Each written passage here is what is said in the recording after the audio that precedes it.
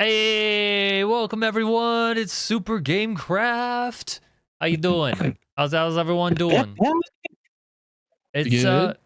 we're doing a show. I don't know. Do we call this the inaugural Super Show? Inaugural I guess Super so. Show.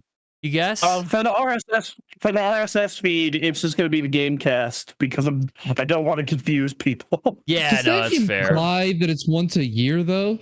Doesn't inaugural mean that? Or is it just first voyage? I thought it was the first, but I don't know. I thought it was first. Yeah, I didn't think it was.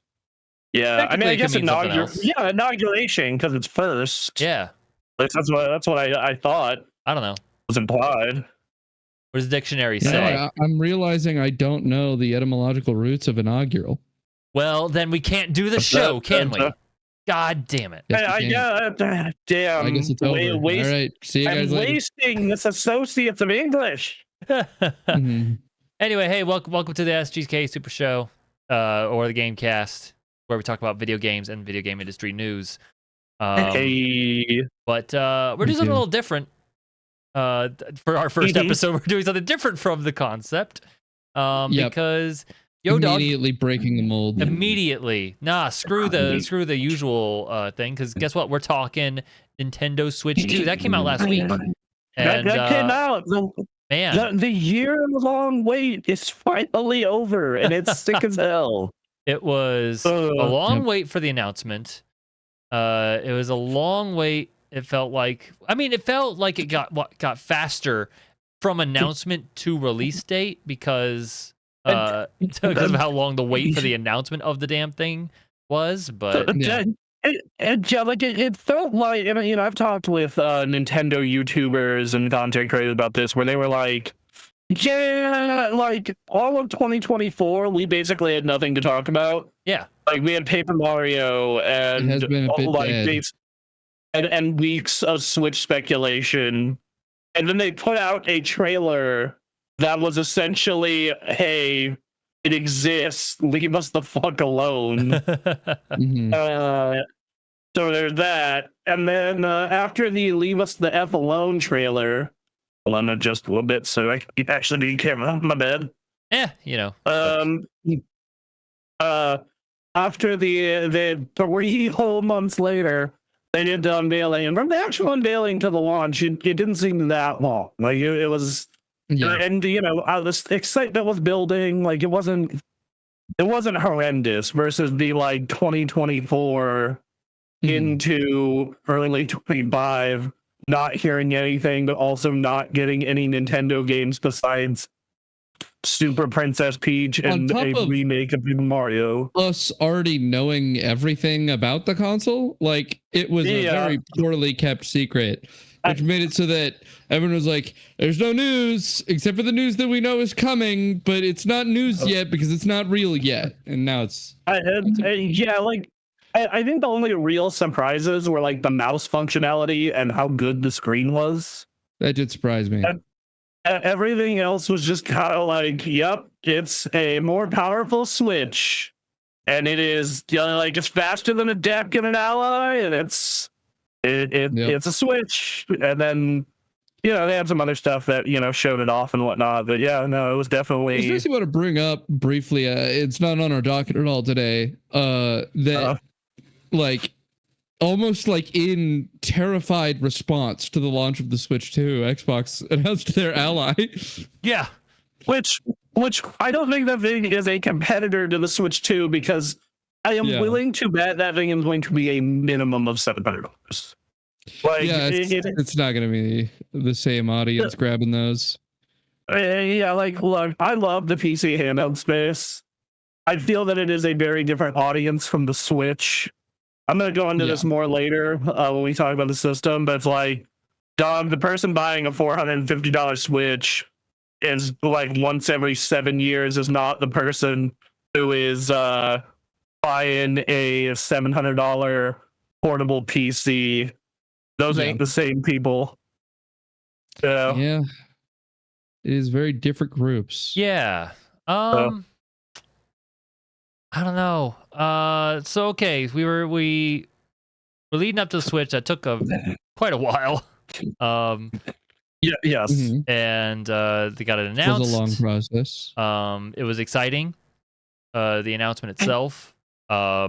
with the showcase they did was really interesting, and then the news about the price and everything after made it really interesting. Just I just couldn't believe the amount of people that thought this thing was gonna be like $350. I was Well, like, okay. I was, I thought that it'd end up cheap and that they'd dominate this period where all of their competitors are raising prices, and they'd go, all right, let's undercut them and swallow massive portions of the market. But in hindsight, they already have a large enough portion of the market. They kind of don't need to swallow more market. I mean, yeah, like as as we'll go into it in a minute here, like the launch, like dude, the insane amount of sales in reaction to this launch, like, yeah, it was pretty nuts. I think People a lot of the always switch. controversy was not so much the console price itself, while that was like, oh yeah, they definitely wanted that information to be out, not in the conference, but in articles afterwards. But the $80 price tag for some of these Mario or the Nintendo first party games, which has led to quite the bit of backlash online. Yeah. That some people have stuck with, some people haven't. Bronson, you were doing some research on game pricing, and it just there's a lot of nonsense happening around, but for video games and what they are, and especially Nintendo games and what they are, $80 is not the craziest thing. And the only games that are listed at $80 are like those Zelda Switch editions, which I feel a little weird. And then Yes. Mario Kart, like Donkey Kong and Metroid Prime are not listed at 80. Metroid Prime doesn't have a price yet, but like Donkey Kong is for sure $70. That's out in like, a month. Yeah. But yeah, like the lead up, like, and that if you take away the price of the games, that direct was kind of incredible. Yes. Well, I mean, the direct itself wasn't even mentioning the prices. So, like, the direct, you watch the direct, it's like, damn, this is great. Yeah, like, yo, we made Bloodborne not Bloodborne. Right. They Yes. did. Holy Yeah. shit. They made not born. Like, Pokemon Legends ZA is $70 on the Switch 2 edition. Yep. No. That's like, yeah, like the like so far, like the only $80 games are like Mario Kart and the Zelda ports. Right. It's like, all right. Yeah, and for most people, that Zelda port is going to be $10, or because of the upgrade, or free because I'm going to be real, MSO is, compared to every other subscription I have, super cheap. Yeah. It's $50 a year. That's a pretty sweet, pretty cheap is what I meant to say. Yeah, two months of Netflix or a year of NSO. Yeah. It's kind of done that pretty good. Yeah, like that's like it's yeah. So I feel like that's the lead up. As for the launch itself, I don't know, like I feel like this is one of the best launches in terms of like how clean everything was in a while. It felt like everyone who wanted a system got a system. It did feel like that. I do think that they did a good job of meeting demand, which is good. It's been a while since consoles have been able to meet demand. I mean, even the original Switch didn't meet demand. Yeah, like the original Switch, I don't have as much memory of, but like the PS5 and Series X and even the Steam Deck were all kind of a shit show. Yeah. Like they're all kind of a giant pain in the ass. Versus like I look at this thing where everyone I knew who wanted one got one. Yeah. It was the ideal scenario. It's nuts considering all the news that was coming out around launch of this system. Well, and the thing is that like Nintendo's I'm calling that the touch brass effect, where sentiment on the internet is not always reality. Well, no, I'm just referring more to the tariff stuff. Yes, and then True. the other It part did of seem like that was going to affect supply, and it's nice that it didn't. Yeah. I guess they got it all out. Yeah, like Nintendo said, like our plan to combat scalpers, and to be fair, on the Daily Show, we laughed our asses off at this. Is our plan to combat scalpers is to produce 1 million bajillion units. There's gonna be so many units. That worked. Everybody's got it. I had a friend of mine be like, now, I missed all the pre-orders. Not literally everybody has it, right? Because it is out of supply now in our area. Like, I think that the motivated audiences that would pay a scalper have all been served. But I decided to look into scalped units in our area and a couple other of my friends' areas. There's a lot of scalped units just sitting there at like pretty low prices. Like only like $100 over, which tells me this shit isn't moving. Like there's a lot of them too. Like I had one dude selling at cost. Like, it was crazy. I was like, what the hell? Why are you, like I almost had to email him asking like, why are you selling at cost? I bought it for my kid, but I hate them now. You know, I'll tell you. That's what happened at the Series X launch. Is I actually bought one on Fake at the flip marketplace for like $40 over cost, and the reason is because it was a Christmas gift, and he played it like twice, and he realized I don't have time for this. Yeah. So and I was busy working, but shout out to Stephanie for not having work at the time and being able to go to a sketchy Home Depot parking lot to make that happen. Yeah. So do what you got to do. Oh shit. And you have a medallion now, right? I'm trying it. There we go. All right. So I think that they did a real good job with supply. I think even accessories, like you can still you'll have to order them online. You can't go get them in person, but like last time I was on Best Buy's website, like you can still order Pro controllers if you're willing to get it shipped. Same thing with a bunch of other stuff. As for our personal stories, Best Buy tried to scam us. It was Best Buy tried to scam us in multiple ways, and they still scamming. I have HR Ninja. I may or may not gotten 4. They're pretty easy to get. Yeah, I got an email from Nintendo today being like, "Yo, dog, do you want to buy another?" Like, I got the invite to buy one, so now I'm hitting up our Discord and friends and being like, "Anyone want one?" Nice. I got an order. You can get one. I have a bunch of coworkers who didn't go until like Saturday, and none of them got it. But everybody else who wants one got one. You snooze, you lose. Our Best Buy was a bad experience for a lot of reasons. And then I heard about what was going on at the GameStop down the road. And I was so pissed we didn't go to GameStop. Yeah, they had a Smash tournament. They were jovial. The best thing we got was free pizza. We got free pizza, chips, and Coke. Look, and a very not too bad. Not from Best Buy, mind you. That was just a random person. Oh, strangers. Figures. Just strangers doing that. All right. And Best Buy was supposed to give out commemorative coins, but they didn't. Didn't do it. Like we didn't get the special Switch 2 coins. Lame. I would have loved a commemorative coin. I like carrying coins on me.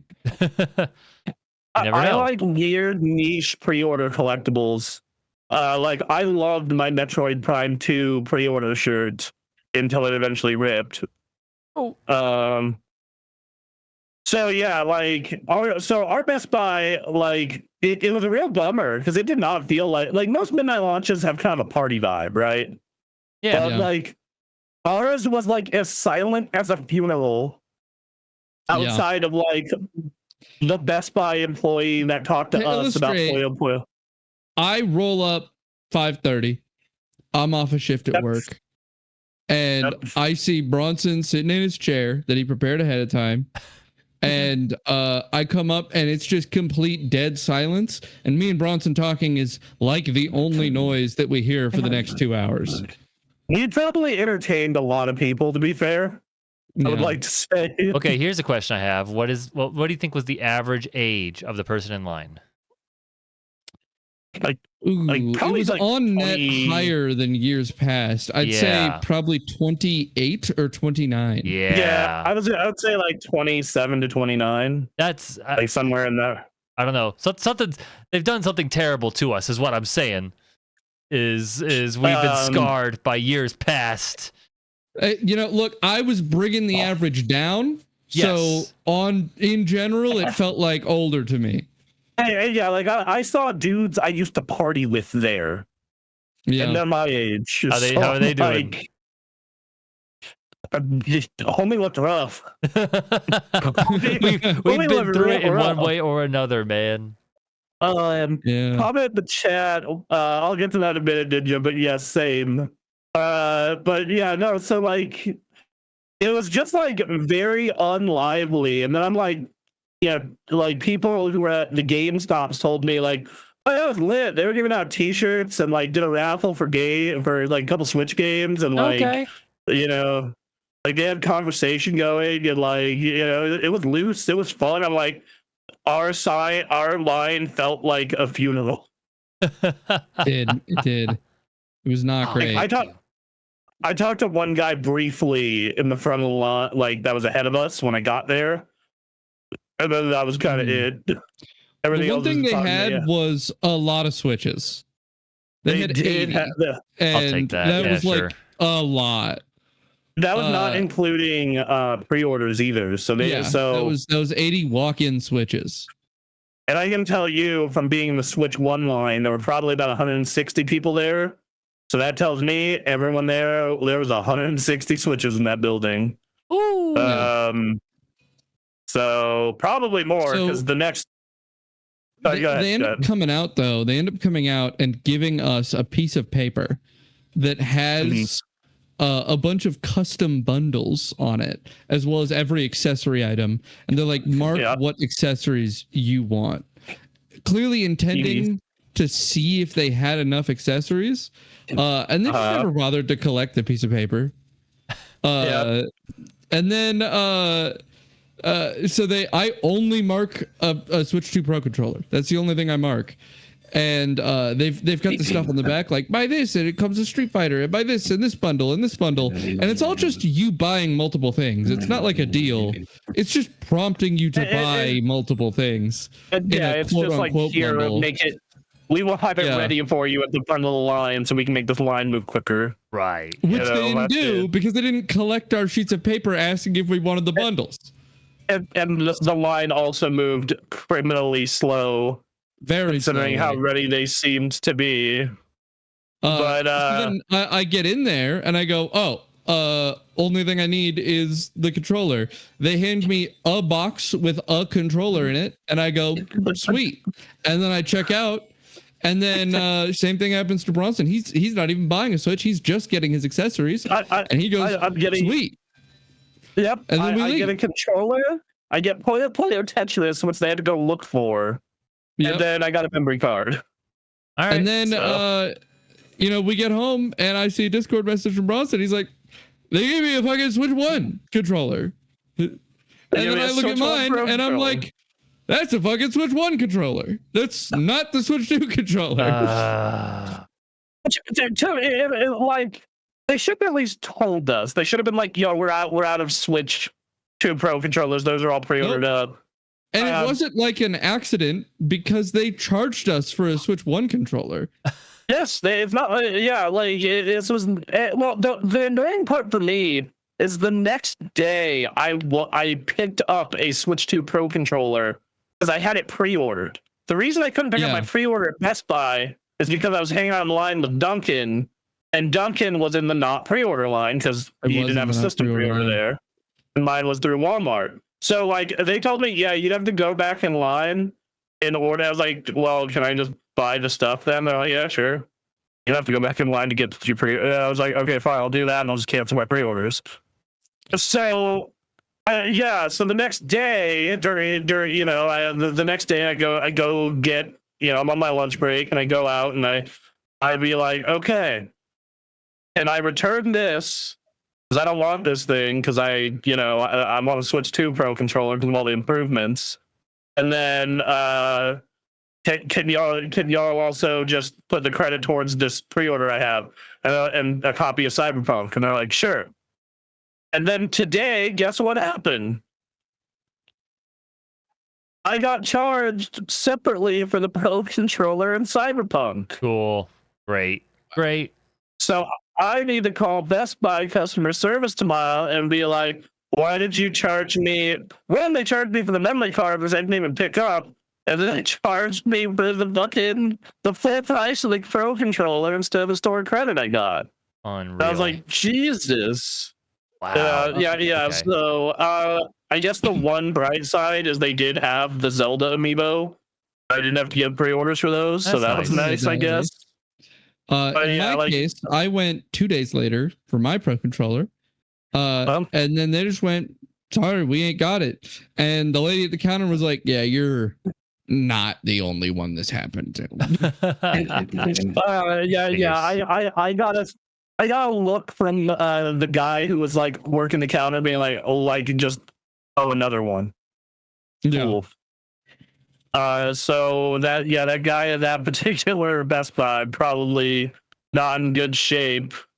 But as for retailers who didn't screw me over though, that I'm in a continued fight with. Oh yeah, and then they got me my amiibos, which I ordered way late, like the next day, but they didn't give me my case until yesterday. Yeah, my Switch 2 case. There you go. Right. Well, God, what a fight. So, yeah, like just everything seemed like we should have just went to GameStop. Which is saying something. That's normally not the case. Interesting. Here's the GameStop still exists. We know where to go. Yeah. I do want to get a Switch 2 Pro controller. They are available. Anyway, sorry, continue, Aaron. No, you're good. Yeah, I didn't do any of the midnight launch madness. I was just like, I need to go to work and then I'll come back later. And for a brief moment, they didn't have it. They had a number on the wall, but I guess the one that was reserved for me was just given to someone else. And so then they had to do. I saw all the bundles there, so it was like. Did you also get your pre-order at Best Buy? Yes. Cool. Yep. Good. Best Buy living up to. Which is wild because Best Buy is usually solid for me. Yeah. Best Buy is usually blocking late for me. This is why this is so fucking shocking. Yeah. Like Best Buy is normally like on point, but they were like late to pre-orders, late to God. Just It was very weird and very strange. Extremely. So yeah, and then they gave it to me and they're like, you should really buy a warranty for this. The way they built these controllers. I was like, no, I'm good, dude. My dog, I'm only using the Pro Controller except for where I'm traveling, so you don't have to worry about this. I've done this before where they've had their stick drift problems and shit, and it's like, you know what? I think they will know it's good business to fix this if this breaks on me because of their stupid bullshit. Yeah, they've already confirmed. Nintendo's confirmed if you got stick drift, we'll fix it for free. Yep. Don't even worry. So it's because they've used updated technology for sticks. The same thing that like Xbox uses for its controllers, where it's impossible to get stick drift. Yeah, like I know they're Hall effects, so they're not using the magnet sticks, but apparently these are of a higher quality as far as construction is concerned. So it's technically still possible, just way harder.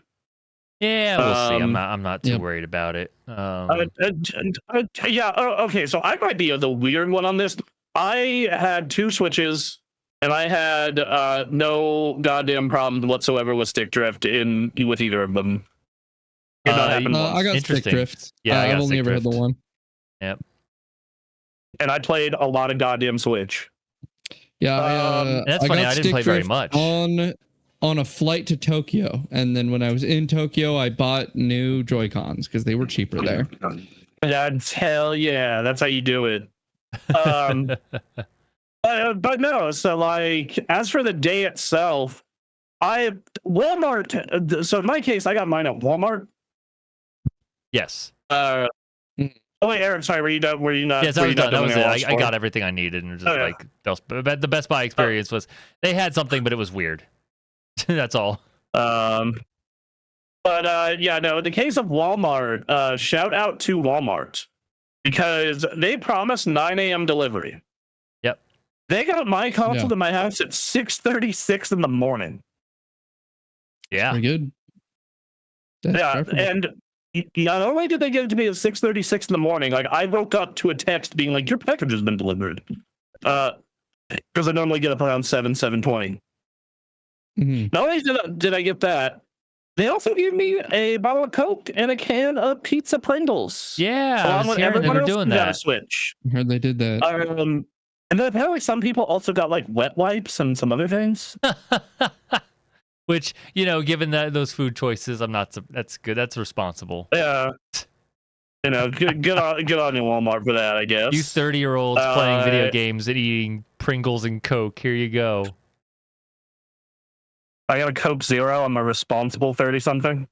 Oh, I wish I had bought a soda before this stream. Got this monster. Yeah. Be enough.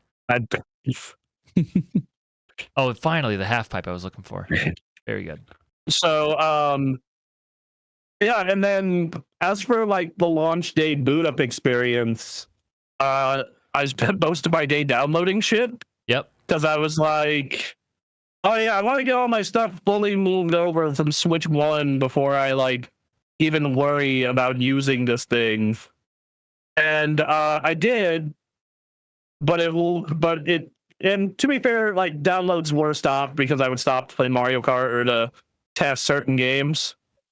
But yeah, no, it basically took all day to get my entire Switch library, which I feel like for most people this is admittedly not going to be a problem because I feel like the vast majority of people don't own 70 Switch games. And if they do, and even if they do, I think that they are more than likely physical collectors, not of the. So I don't think that's a problem. How about you guys? First boot go well, get everything transferred pretty easily. Yeah, it transferred just fine for me. It took a while because it's a lot of games. That's all. Yeah, what it is.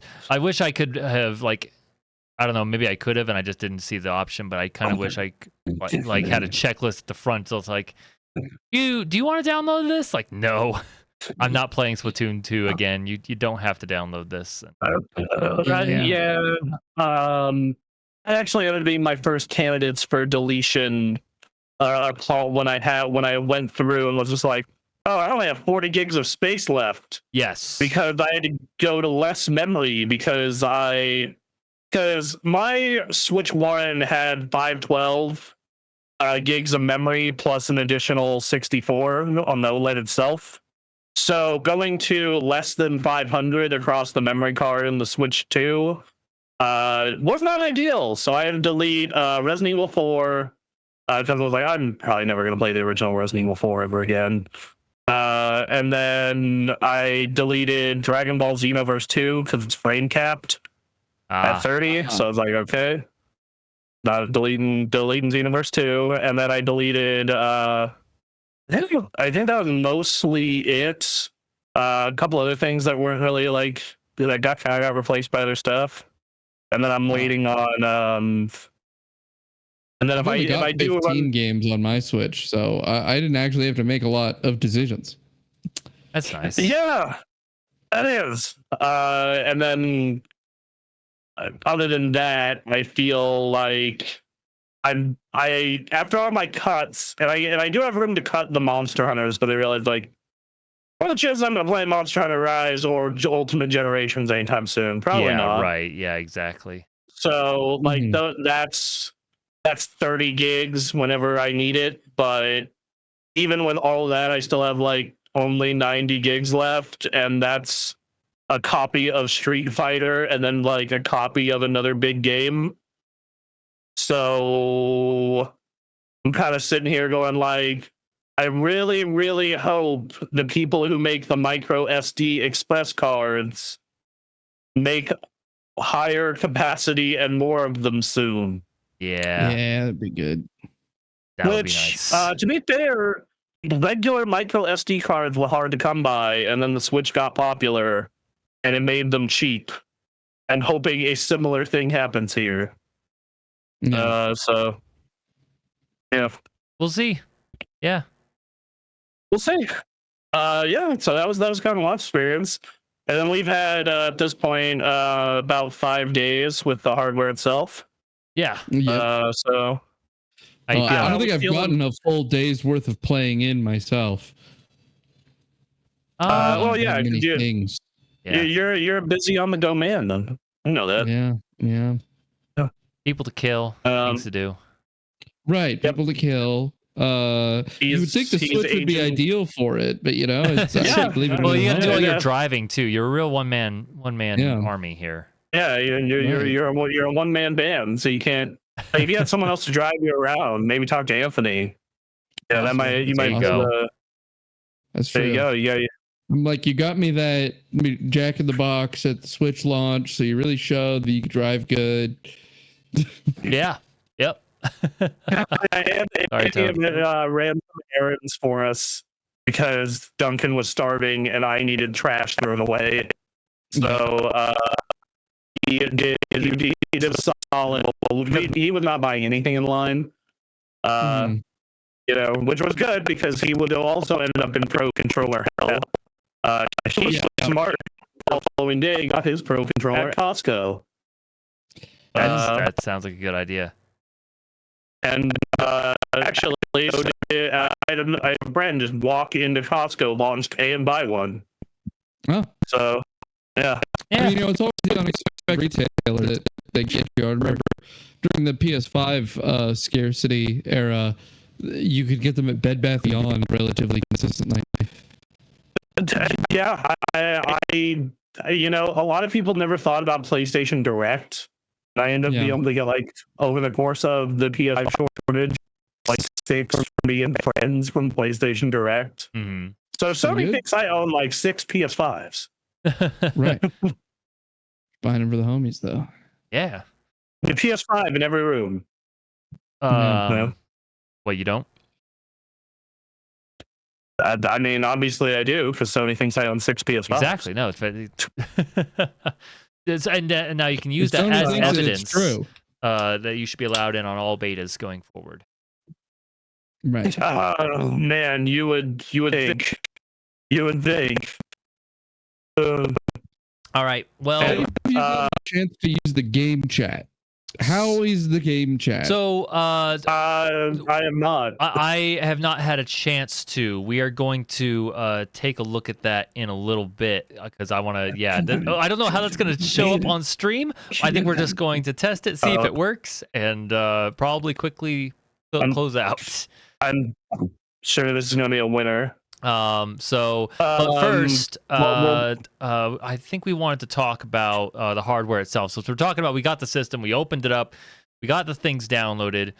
How do you feel about like the actual physical item? Like, what do you think? I like the magnets. The magnets are actually really cool. I like them. The magnets are good. I like how they clicky. Yeah, they clicky. They still wiggle a bit, but not as much.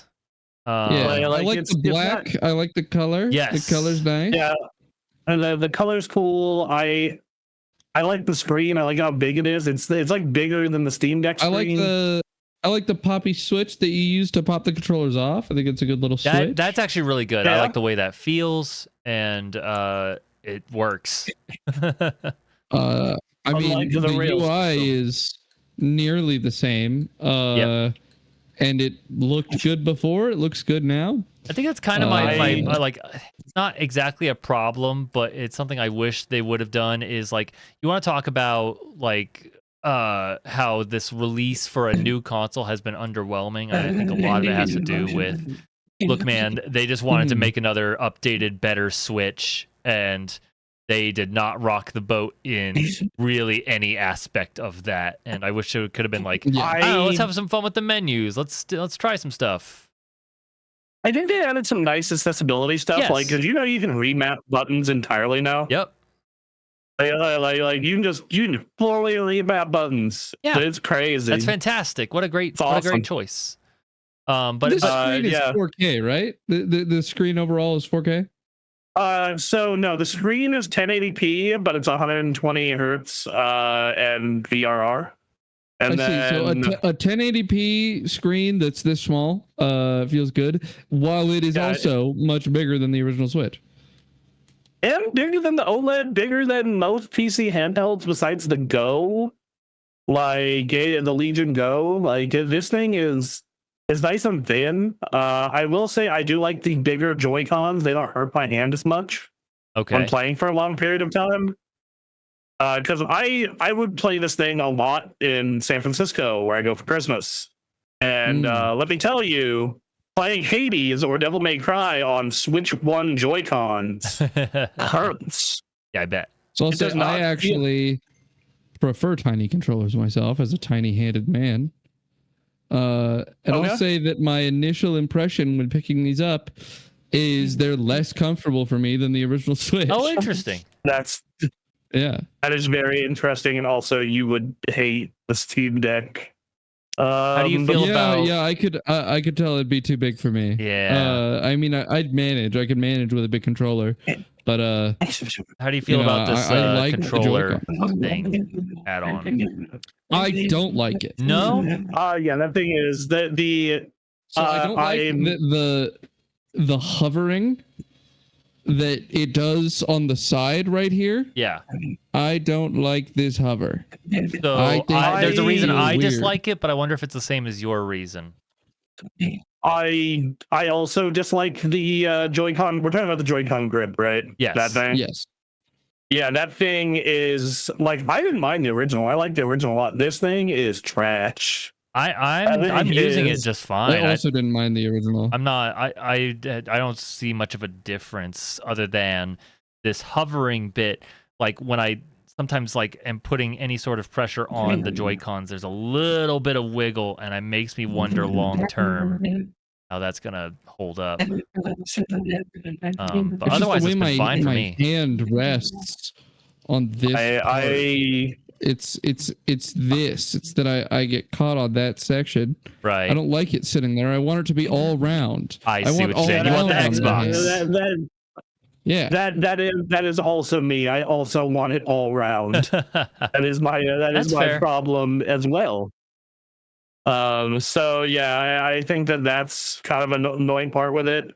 I think that I love the 2 USB-C ports thing. Yes. The kickstand is significantly better. Kickstand is huge. The kickstand's a huge win for playing it undocked and just propping on a table. Yep. Mm-hmm. This is absolutely a privileged as fuck complaint. But the setup process for HDR on HDR supported monitors when docked is bad. Okay. It's really bad. Because if you go into the setting, and it has you set up HDR when you first get the system, but then it also has you look at a screen and go, "Is this right?" And you might not notice, but on that screen is a button to press. There's a button to press where it allows you to adjust brightness, just to adjust the white of it to make sure you're getting 100% accurate brightness. It does not, if you're not paying attention, you will just be you will just probably hit the OK button like I did and have to be told about it. Oh. Also, I luckily did pay attention, so I didn't have this issue. Yeah. Also, it has the same problem the Series S and the PS5 have, where it will try to put on HDR for games that don't support HDR. And in most of them, it looks like trash. Aww. So, I see. Yeah. Okay. But so be aware of that. Yeah. So if you're, if you want your games to look as good as they can look, that may cause a problem. All right. Well. Anyway. Yeah. Let's see. What else? Anything else hardware wise? It's a Switch. I feel like a lot of the people complaining about this thing hardware. I'm like, what everyone was asking for. They solved most of the problems of the original Switch. I'm just reminded of that SpongeBob meme of just like, I want a more, because far more powerful. Like, I've been playing Cyberpunk on it at 40 FPS. It looks great. I've been, Mario Kart and Zelda, huge upgrades. So it looks great. And I'm just reminded of that SpongeBob meme of, I don't want a more powerful, better put together Switch. Then why did you ask for it? Just what it reminds me of. So yeah. It's whoa, what the it's I think on net it's just been good. I've enjoyed everything about it. I just haven't used it a lot. I think I can get to some extent into the I think I get into why I haven't used it a lot. This has been a relatively underwhelming launch for me, but not because anything about it is bad, but because I'm realizing, and I realized pretty shortly after, that I did not buy the Switch for anything that's on it. Like, the only thing I really wanted was Mario Kart, and it's not for like, oh, I'm gonna play a ton of Mario Kart. I'm honestly gonna play very little of this game on net. I just know I will play it a number of times over the years, because obviously Mario Kart always has a very long life cycle. I needed the last Mario Kart because I knew Exactly. I knew I'd get to it. So I'm like, okay, well, I got to get Mario Kart. I want to play it now a bit, and I'm going to play it with friends many times as time goes on. The thing that I bought it for is that it will have stuff on it that I will want later. And so all of my impressions of it now are like, is this going to be good for what I will eventually use for it? And it probably will be. But as of now, I've got very little reason to sit here and really dive in on the Switch for me, because it's not got a lot for me. So me, it was a case of, okay, I'm going to play Mario Kart, but I'm really like, you're waiting for Donkey Kong. And then I played Mario Kart, and this new Mario Kart shocked me with how much I've enjoyed it and how good it is. So I've just been like, I've been on it nonstop. Now, I think part of that is because it's been, 11 years since we got a fully new Mario Kart, but it's also because they've just done so much with this. Yeah. And then I'm a sucker for futuristic racing, so Fast Fusion being a launch title, I was very fortunate where they hit a lot of my buttons. Like Breath of the Wild and Tears of the Kingdom, two of the best games I've ever played. Now I can play them at the proper frame rates and resolutions without having to go through hoops of modding, cart dumping, all that shit. And then in the case of, Mario Kart, it surprised me. It was like, I've used the damn thing a lot. I have run into kind of complaint of, I wish the launch had more. Like, I wish there was a big, meaty new game. Like, I wish Donkey Kong was a launch title. That's kind of my agree that I kind of wish there was more.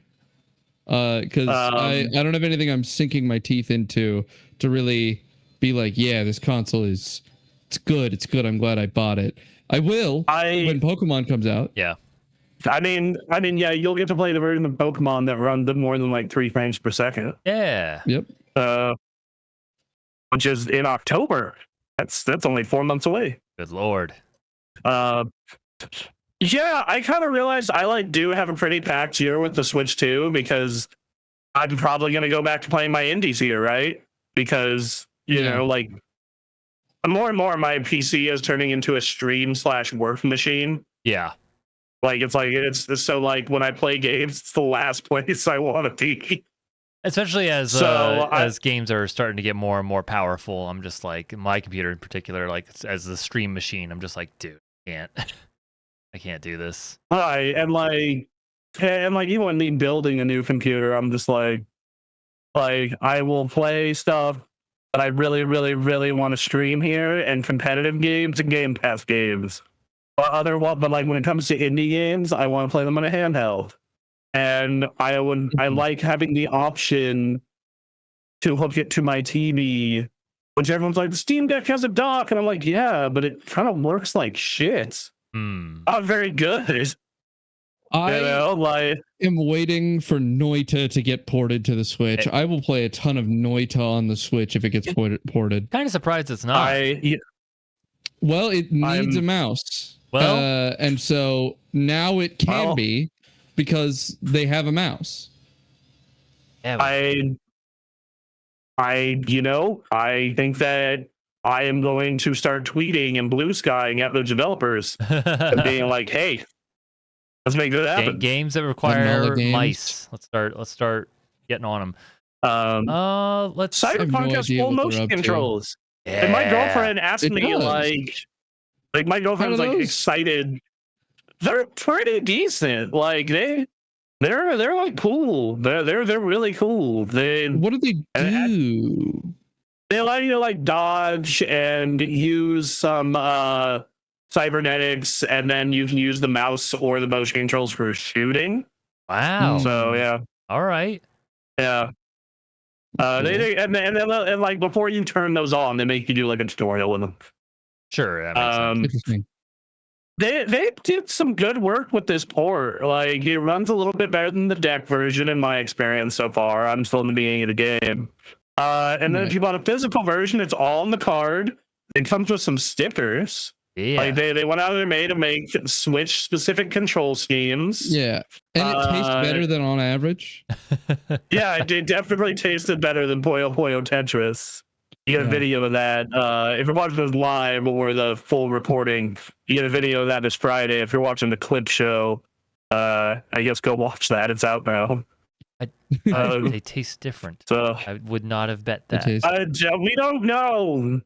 All right. I'm going to be entirely honest. They didn't taste very different. None of them tasted really much different.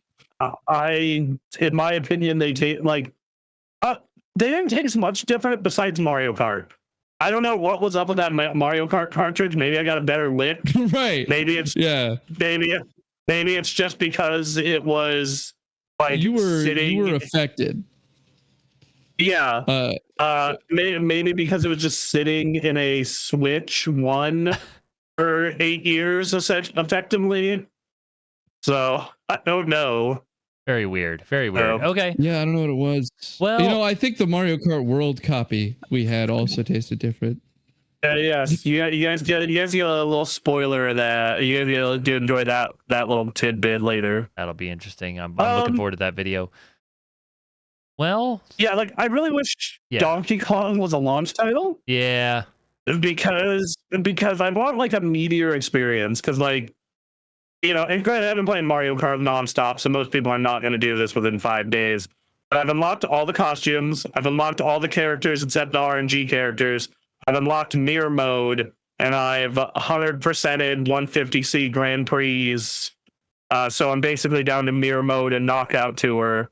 Unless I really want to go 100% the open world, which... You know what you could do? The challenge I've just come up with. Get onto a car on the road with the ramp on it backwards and let it take you. It's kind of hard to do. Yeah, I am sure that this... So I've been watching a lot of gameplay of this game. Like via different means, YouTube, TikTok. Dude, this Mario Kart is going to be a speedrunner's wet dream. Ooh, all right. This game is like there are already people like they raised the skill ceiling on Mario Kart to an almost insane degree. Okay. I feel the micro in this game. It feels like there's depth to a game. Yeah, what they're expecting you to do in the open world to get some of those medallions and some of those P-switches done is like not even a fifth of some of the stuff I've seen online. There are dudes skipping a whole ass section of the Bowser track with shortcuts.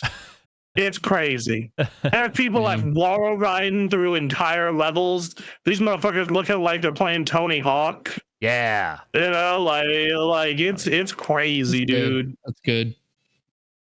Yeah. That's good. I'm So loving it. So, all right. Well, You what should about you? go What find me on stream. You should go find me where you at?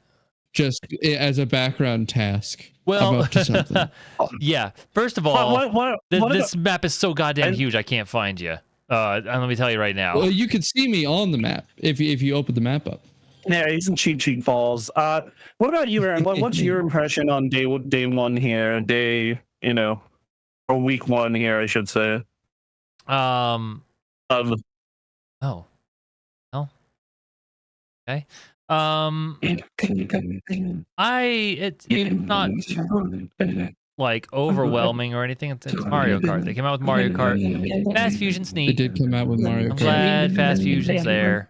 I like Wipeout, but it's not. There needed to be. I mean, need. I don't think this is the right word, but there could have been more. It would have been nice if there was more. It's just that Mario Kart World is Mario Kart World. And they know that Mario Kart is like the third best-selling game of all time. So it's like, well, it's this and Smash Bros. And Mario and Zelda and Animal Crossing. Like it's. Yep, and that's the list. They dominate it. Like, I would just feel a lot better if Donkey Kong or Metroid was here. I have a feeling that Metroid is going to be their big holiday game. Right. That's my impression. Though they did just announce a Splatoon fucking spin-off on a Tuesday morning randomly. Yeah, it's Tuesday. Like, yo, by the way, we're getting Splatoon 3, a Switch 2 update. So Splatoon 3 is gonna get a graphics overhaul. Yes. And yeah, dude, we should play some Splatoon this weekend. If I had the time, I would love to do that. I've never played down. Splatoon. It's fun, dude. You should get in on with us with some Splatoon sometime. But, I get weirdly frustrated with that game because I'm so bad at it. I have no one to blame but myself. There's one thing I know about Splatoon, and that's that a series of streamers in Japan got banned because they decided to key the enemy color for their green screen and then put pornography in the background so that if they lost, it was over for them. That's funny. I like it. I like it. It's good. It was a good bit. It's a good bit. The dedication, it's really there. Oh, this one wants me to wall ride. I got to do this. Yeah, so I think that like a lot more people would be a buzz if there was a launch game that was big besides Mario Kart, because like Cyberpunk and Zelda are huge, but most people have played those. Like, yeah, if you somehow never played Cyberpunk or the Zelda games, yeah, those are like must play, and you absolutely should. All 5 of you who never did that, right? But I never finished Tears of the Kingdom. I should finish Tears of the Kingdom. Oh yeah, yeah, dude. The upgrade pack is free with the NSO Fancy Edition, or it's $10. That is probably, outside of Pokemon Scarlet, that in my opinion is by far the biggest upgrade. Tears of the Kingdom, it's locked 60 even at the most intense points, and it's 1080p and up 4K on the dock. Like it's such a good. It's such a good job with that port. But I would love to play that in 4K. Yeah, no, dude, it's awesome. I've been going through Breath of the Wild again. Also, like I love that Breath of the Wild is like a tech test. And I was like, oh, I'll start a new save, maybe do the Great Plateau, and then I just keep playing it because hey, turns out Breath of the Wild's pretty damn good. It is. I played most of Tears of the Kingdom on a plane because I took 2 20+ hour plane rides for a vacation, and sounds horrible. It was great. It was great, and it's also like clearly not the right conditions to play the game. No, I would say that is a game that I would recommend. Like, get comfy on your couch with a big TV and just vibe with it. Yeah. Anyway, so yeah, I think that's the early impressions on the UI and all that kind of stuff. Well, the UI, I mean, we should. I'm gonna exit out of Mario Kart. We should look at the UI. Yeah. Yeah, you should do that. Let's go. We talked about it briefly, but like, Yo, dog. Remember the Switch? They did not change I much do. here. This is They didn't. They made it so you could game share. Yep. And then they added some easier access to stuff on the menu. They did add a nice feature though that makes getting screenshots and videos posted way easier. Yes. You can go into the settings now and have it auto upload screenshots to the Nintendo app. Yep. So you can now just instantly go grab them off your phone. That's how I made that sick Akira screenshot. Right. And yeah, that's a great screenshot. Mario Kart photo mode is so good. It's nice. So good. You know, nothing is ever going to compare to the Halo 3 or the Halo, camera stuff that you could do. Yeah. But this is good. This allows you to do some fun stuff. And then you just upload the smart device. You gotta get the app.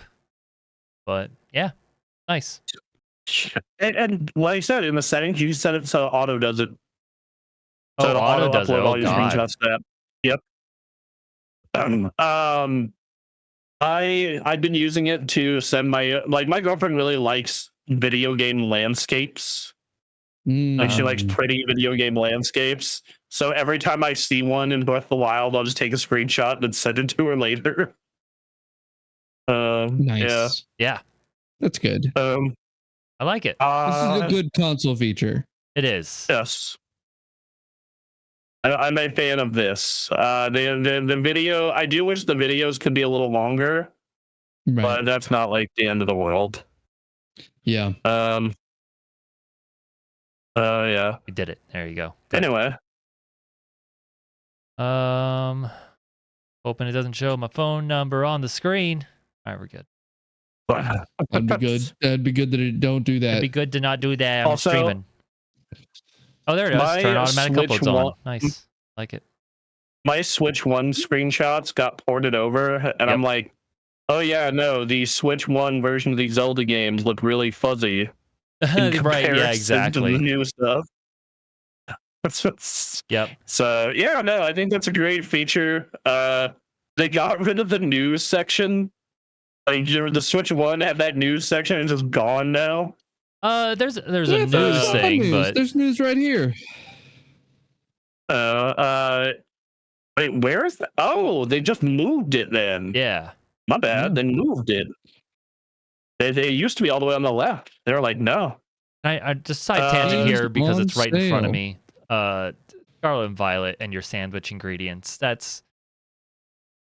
I'm sure there's someone who min maxes and like really helps a lot, but my Gen 1 ass not making a sandwich it in actually Pokemon. Is so incredible for shiny hunting. Is it? It's ridiculous. Okay. Yeah, I guess it's worth it there. It can lower your odds. It makes your odds much better, and you can specify what type of Pokemon you want to run into. So man, that's a good. You can that's make it a so good. that everything spawning around you is one type of Pokemon. A good trade. By the way, I'm looking at this launch lineup, by the way, because they have like a news story here. Like, where are the launch games? I'm like, oh yeah, I can play Rune Factory. That's pretty good. I like some of these games I haven't played in a while, or like some of these games I would just like to play on the handheld. Like I'm like, Street Fighter 6. That'd be pretty good to play just chilling No Man's somewhere. Sky. I mean, it has it's Switch 2 features and is on sale for only $23.99. It's 60% off. Yeah, so like in go. the traditional sense of like releases specifically for the Switch 2, it's not an amazing release. But because this system is just carrying over so much, which is helped by the fact that it's they're so close in how they function. Like the actual games you can play that are on Switch 2, if you were for whatever reason, like you lost your Switch 1 or you gave it away or whatever, and you got a Switch 2, like here are all these games: Sonic and Shadow Generation. Like you never played these. Like I didn't play Sonic X Shadow Generations, and like I bet it runs real good on Switch 2 now. I never played Suikoden 1 and 2 HD. But like I'm just like, Zero is peak. Exactly. So like you're thinking about like the gaming enthusiast combined with the kid that just wants some video games and the parents that just want to play with the kids. You know, Mario Kart World, Fortnite, Street Fighter 6, Cyberpunk, Civ 7, Split Fiction, Hogwarts Legacy, Yakuza 0, Hitman World of Assassination. Like this list, the way they've structured this is like, oh damn, you know, when you put it this way. Yeah, like when I look at this list, I'm like, you know, I haven't played Deltarune or Sonic yet. I have a friend who's really into Rune Factory, and if Rune Factory is basically like if you took Harvest Moon and combined it with an action RPG. And that's nice. Yeah, Fantasy Life. Yeah, there's more. Yeah, like Yakuza 0, like they apparently added like tons of new story content. Really? So nice. Yeah. I thought about it. Like I'm like sitting here looking at like, Yakuza 0. Yeah. I want a meaty game until Donkey Kong, but I don't want to do Cyberpunk because like I'm already in the middle of a PC run. So I'm like, Sonic isn't that meaty, but Yakuza is like 50 bajillion hours. The thing about Yakuza 0 is that you can do an exploit really early on with Mr. Shakedown to get infinity money. And I kind of want to do that again. That sounds good. That sounds good. Well, since we're already looking at launch games here, let's go ahead and open up the eShop. Yeah, the eShop is no longer trash. Let's see here. All right, so you got featured, which is useful specifically for this launch section of like Yo Dog Here the games. You know, with popular stuff like that. New to Nintendo Switch 2, Nintendo Classics. Stuff that we think you would probably like. Stuff you'd think you would probably pre-order. They're right. I'm gonna buy Donkey Kong. Kind of funny seeing a Switch, a Nintendo console advertising the newest Madden and being like, you know what, that might be okay. Yeah. Like I thought about it. I'm just like, I really don't want to buy Madden because I hate what they've done to football games. Right. But playing Madden on a handheld sounds awesome. Sounds awesome. I used to play it on the PSP. It was great on the PSP. Tony Hawk, dude. I kind of like the idea of being in bed and playing Tony Hawk. Right? I kind of am into that. Yeah. No. I bet that I played the demo on PC because it's free for Game Pass people. Mm-hmm. And I've had the soundtrack stuck in my head all day. Yep. They know how to do a good soundtrack. Yep. Legends Z, it's coming. Yep. And Pokemon Champions is going to be on it. And on phones.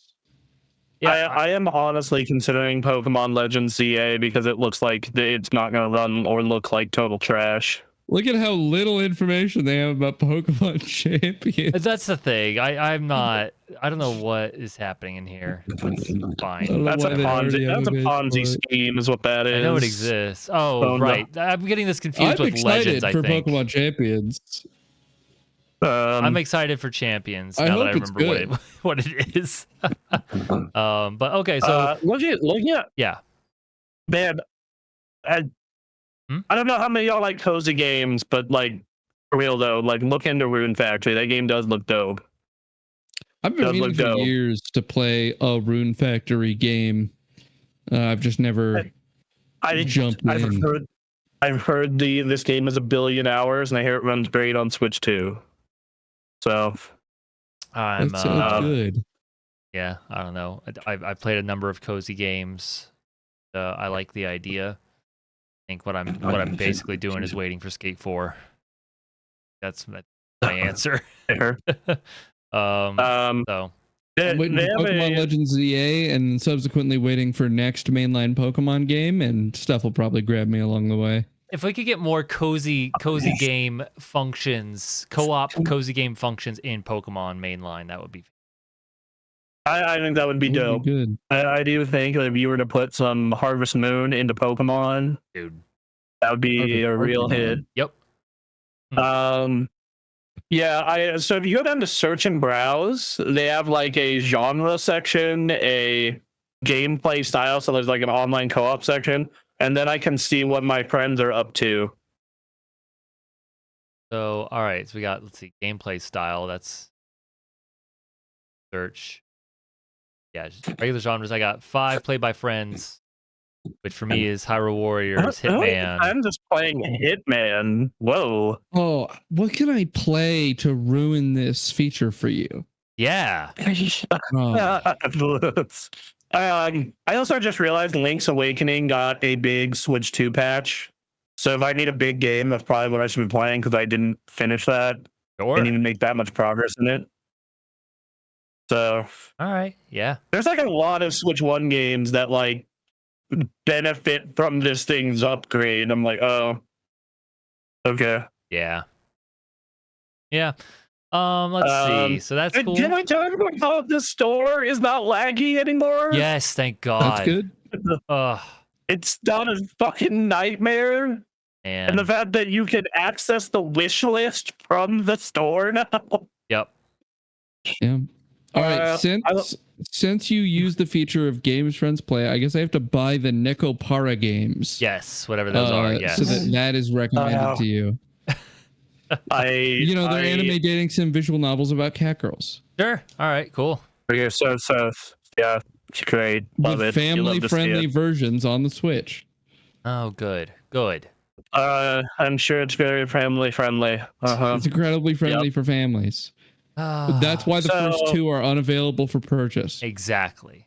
So the section that Aaron's looking at right now is they have a weekly thing where like every week they'll give you a set of recommendations based on what you've played and what your friends play.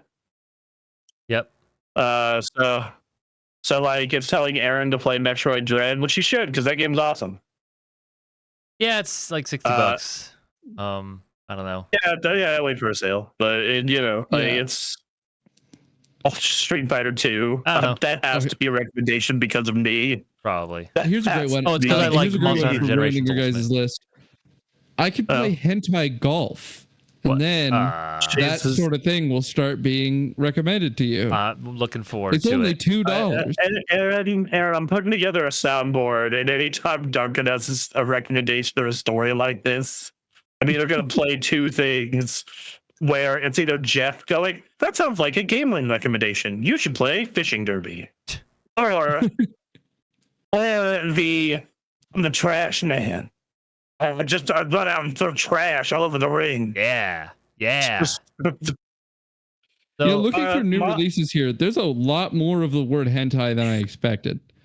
They've been allowing some games on the Switch. Yeah. It's just not a family-friendly console. Those aren't fully adult games, are they? Or, I figure that's just a marketing strategy. I wouldn't know. So I look how well Marvel Ultimate Alliance runs now. Ooh, that's a good question. That ran kind of just okay. I need to look into that. My recommendation section is nothing but JRPGs. And then Castlevania and Phoenix Wright, because all of my friends are a bunch of weeaboos. Yep. Oh. Sorry, I have to use the mouse function to make it faster. Ultimate. Oh, what's it looking for? This is a branded game of a major VTuber on the Switch. What is this? Oh crap! There's another game, another popular game that uses the word ultimate. That 2 popular games. You just passed Monster Hunter. And then Cyberpunk has the Ultimate Edition. Word. You're better looking off with Marvel. Yeah, probably. This new releases tab is in a state. Why? Yeah. So you're talking about the recent releases. Yeah. So let me tell you, it's literally. Oh wait, I'm looking at coming soon. But yeah, it's literally like popular recent releases. But if you search all. Yeah, they have everything. They literally allow you to see all recent releases like Steam does. Yeah, hentai golf there. That's why I brought it up. Like Go-Kart Mania for $3. They Nintendo GameCube is right next to Hentai Stars. I see no problem here. Yeah. The Lost Dino. Happened to Lost Time. It's actually super funny because if you scroll down, it's like all the Switch 2 launch titles, and it's like this is a bounty of quality. Yep. Of Street Fighter and Sonic and Tetris and Rune Factory and Etchy Zelda. Memories Kayla edition. Yeah. And then the second you go above Mario Kart and Fortnite, it's just trash. Farming Tractor Simulator, let's go. And guys, Fashion World Superior Edition is $2. Yeah. All right, so I'm gonna highlight a feature that's actually useful. Okay. Hey, that wish list feature is pretty cool.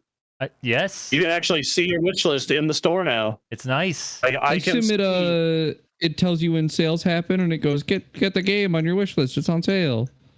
I don't know if it does that, but you can do a filter to sort only stuff on sale. So there's an on sale now checkbox, and then you can also sort your wish list by price, low to high, high to low if you're nuts. I will say I do like how Nintendo actually did back up what they had to say in regards to variable pricing. This launch does have like games as cheap as $10 and as high as $80. So I guess good that they weren't entirely full of shit. I like the sorting by sale end date. Great deal. That's really good. Nice Mario plus Rabbids. That's a good ass game. Call of Warzone. Yes. Ukulele for $4. Sounds like an alright time. That is a killer game, actually, for that price. I just added all the Xenoblade games to my wish list because I was like, everyone tells me they're great. I'll give them another chance. Sure. You know?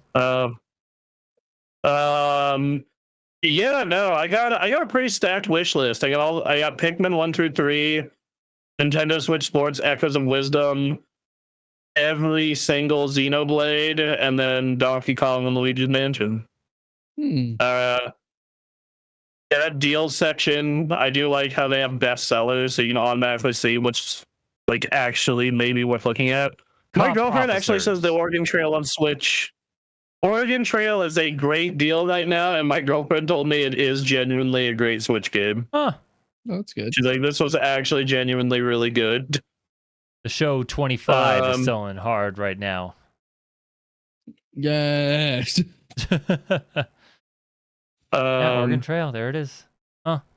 I mean, we got that Castlevania collection on sale and that Yu-Gi-Oh collection. That's nice. Shit. Oops.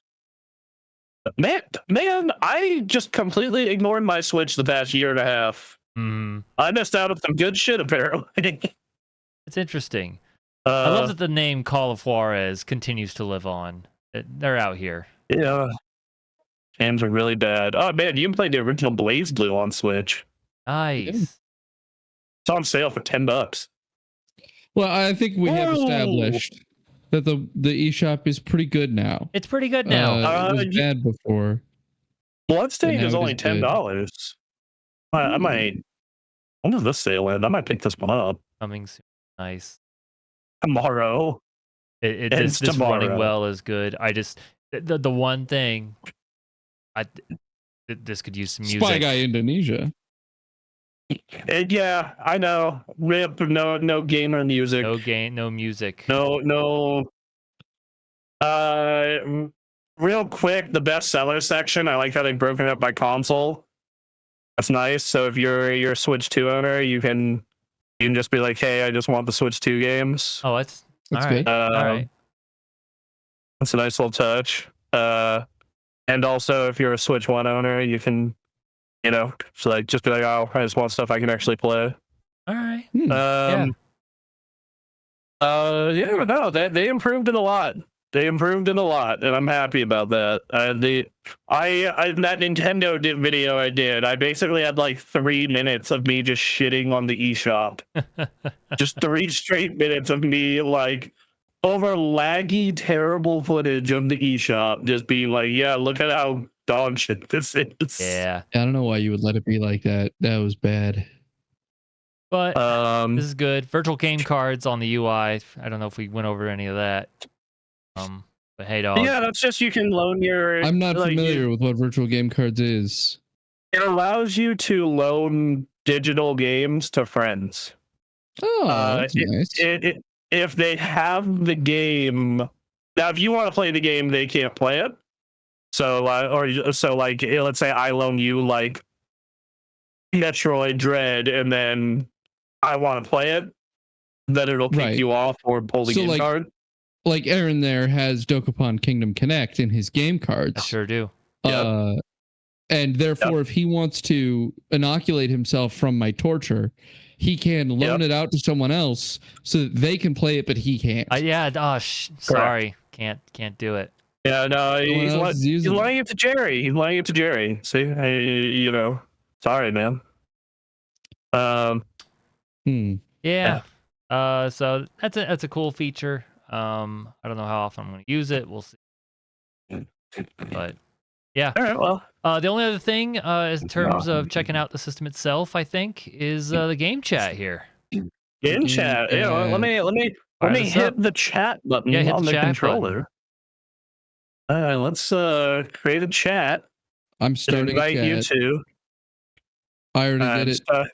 I was first. Well, I joined. It said join chat. I didn't get in. Oh no! I guess it just threw us all in. Maybe. There you are. I can check you both. Wait a minute, what? I can hear you through the controller. Is this what this is? Yeah. No, the system has a built-in mic with AI noise canceling. Can you hear my AC? No, I can't hear your AC. This is about to get real messed up on the stream. That is. Oh, that's really cool.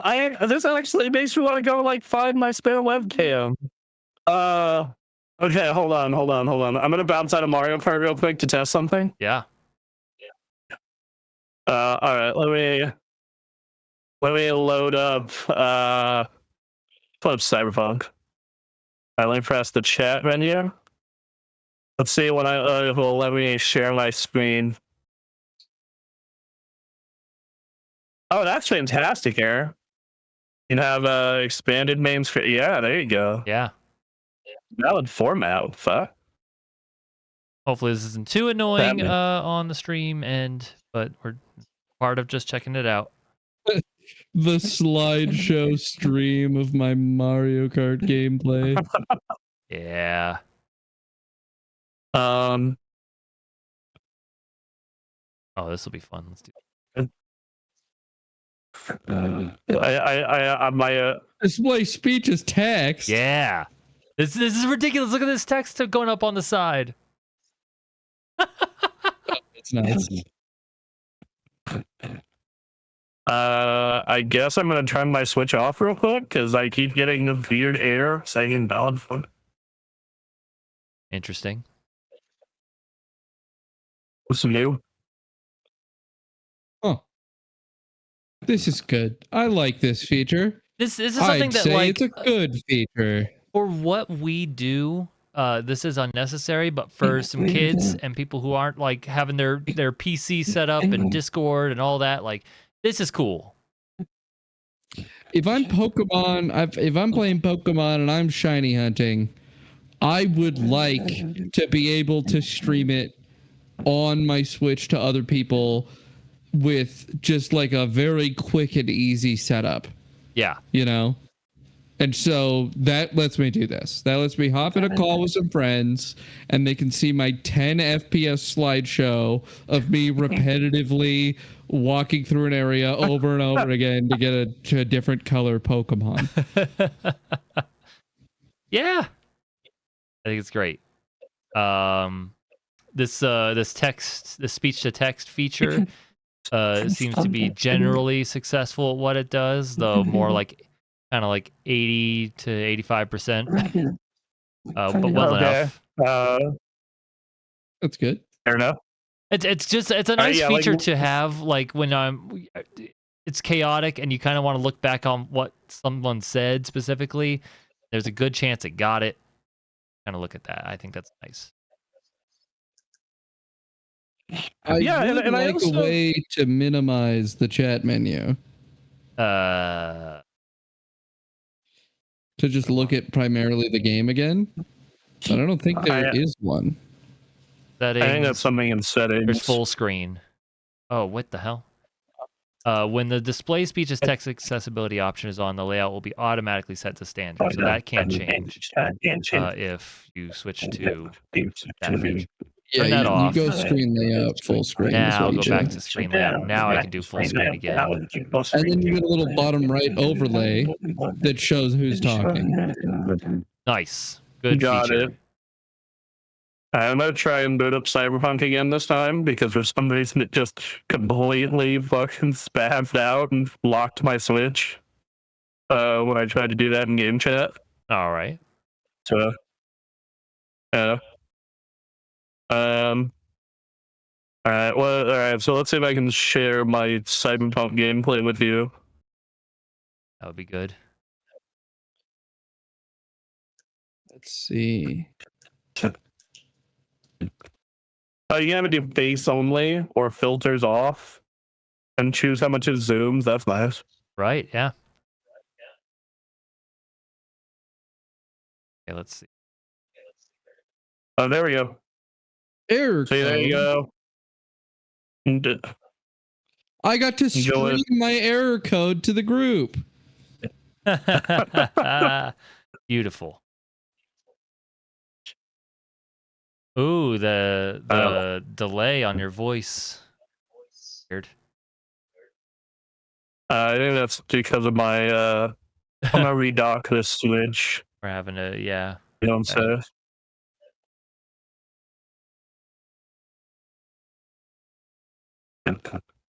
Trying to get a decent idea of what the frame rate's gonna be on this. Fair. Can't view this screen. What have you done? My TV keeps saying invalid format while trying to game share. That's wild. Interesting. Okay. Right? So I guess I guess I'll just keep I guess I'll just show you Cyberpunk from the handheld. Interesting. Yeah, all right. That's fine. Good to know. Kids will probably be doing it this way, so. Yeah, I mean, yeah. I also think that, like, it seems like a feature that was, like, made during the pandemic. Yep. I know, like, this feels like COVID product testing. Like, we need some social feature like this for like, people with Switches to have Zoom calls. I agree. How does my Cyberpunk gameplay look? Let's see.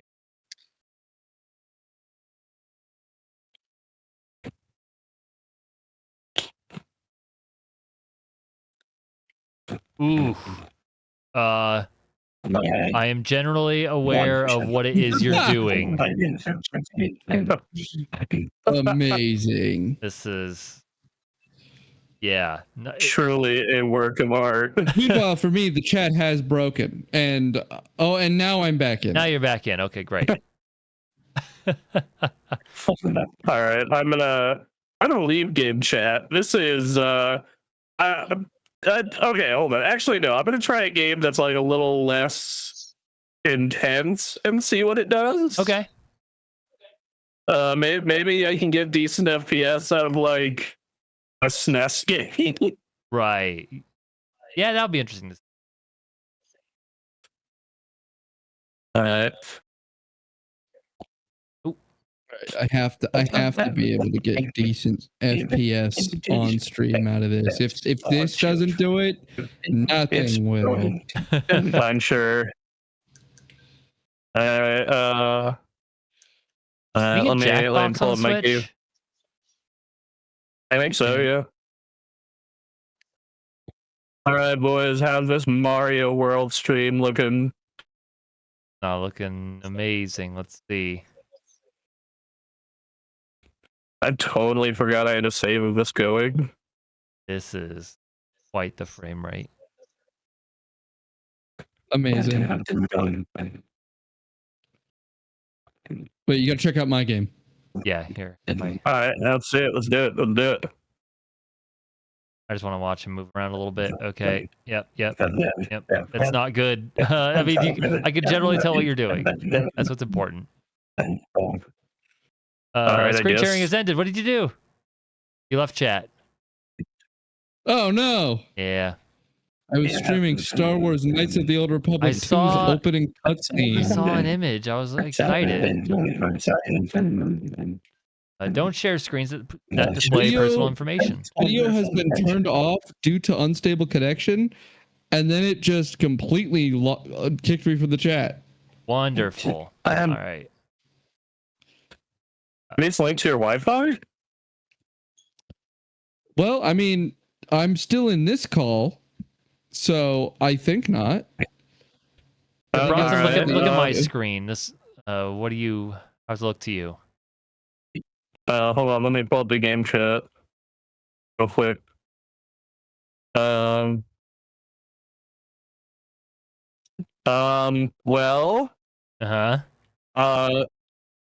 it looks like you're playing Mario Kart at about 15 to 20 frames per second. Yep, that's pretty standard. So that's about what it looks like. All right, I'm gonna leave game chat now. Yeah, this is not a feature for us.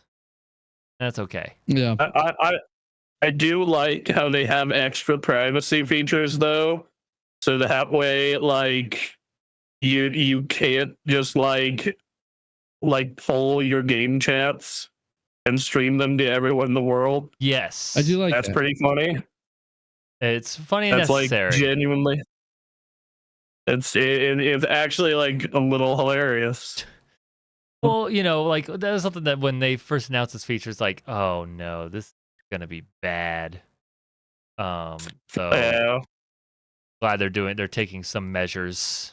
Ah, shit. Yeah, they're doing something at least. Yeah. So God. All right. Well then. Oop. It's good to know that would probably just entirely shit its pants on my stream then. Yeah. Cool. Yeah, it would. All right. So. All right. Well, what's next? Well, next up on the docket is we gotta do a quick look of Mario Kart World in its 3 modes. All right. Nice. Let's do it. Let's finally do it. You'll have to recreate the room. I will do so. We have all since gone out of it. Yes, that was a fun. I will say I am looking forward to using game chat with Mario Party because it can. If you have a webcam in Mario Kart and Mario Party, it can superimpose your face into the game. It's pretty sick. That's fun.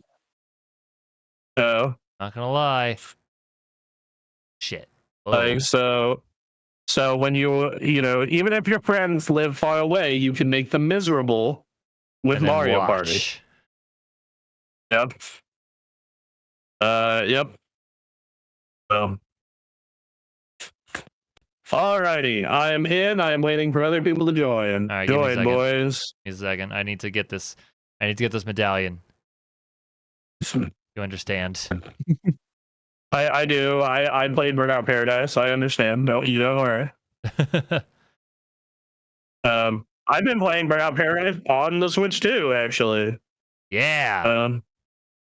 I actually should take all this extra time between Donkey Kong to go and like finish Switch 1 games I was meant to finish.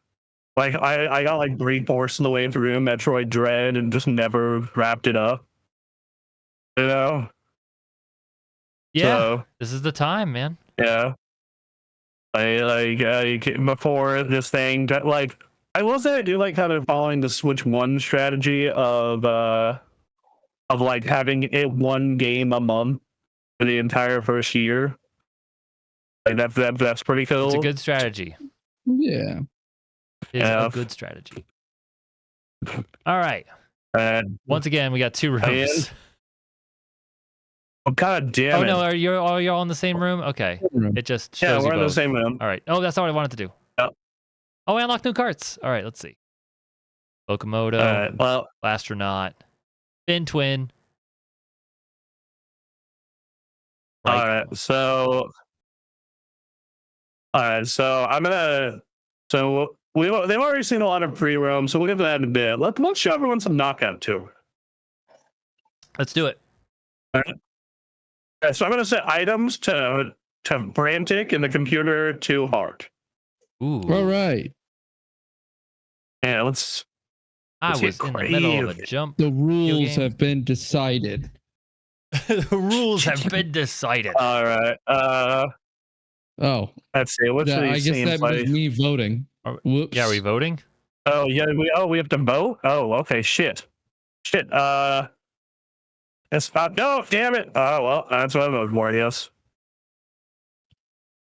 Oh, it does the Mario Kart 8 thing of a slot machine choosing. Fun. And not enough people. Okay. All right. Yay, the one I didn't mean to pick. Cool. Golden Rally. I like everybody's little their little sticker next to their name. Yep. The first time I'm playing this in handheld mode. Ooh.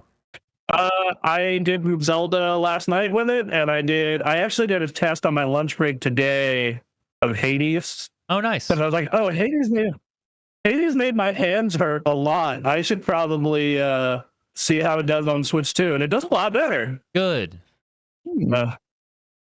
So now I'm hoping this Christmas, last Christmas I brought the Steam Deck. This Christmas I'll hopefully bring the Switch 2 and see how it fares. Yeah. Fuck Oreo. I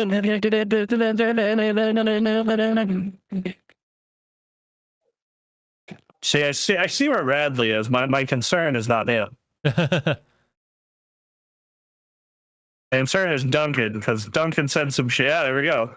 Right as I say it, he cuts in front of me. Right as I say it. Like he knew. It's like I remember when Duncan, like, first day, he was like, oh yeah, Knockout Tour, I'm doing so good. And I'm like, God, I'm barely living. I'm not even particularly good at these games. I got really good at Mario Kart 8. It's just kind of going great for me.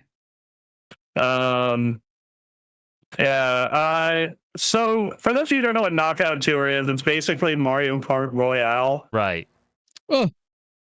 You bastard. Sorry, Duncan. Oh, you son of a bitch. God, there's a lot of coins going around.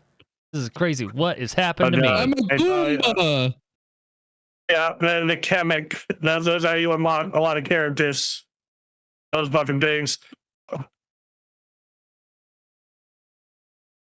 Fuck this. Jesus. Good Lord. Let's hop back up here, shall we?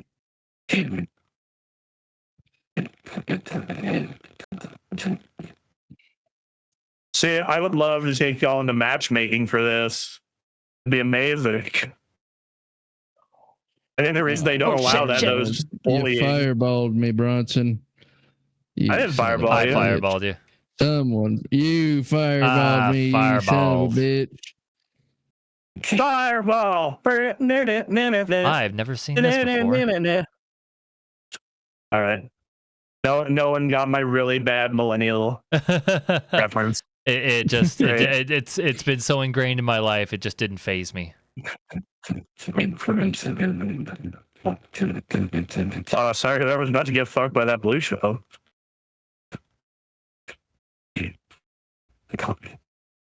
Yeah, but no, Knockout Tour is a lot of fun. It's actually like super hard though. Like I have 3-starred all the Grand Prix, and I haven't even gotten first in all of the Knockout Tours.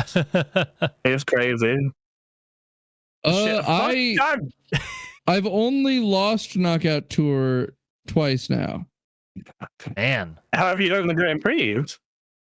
I've done one Grand Prix and I won because it's a Grand Prix, and those are easy. There.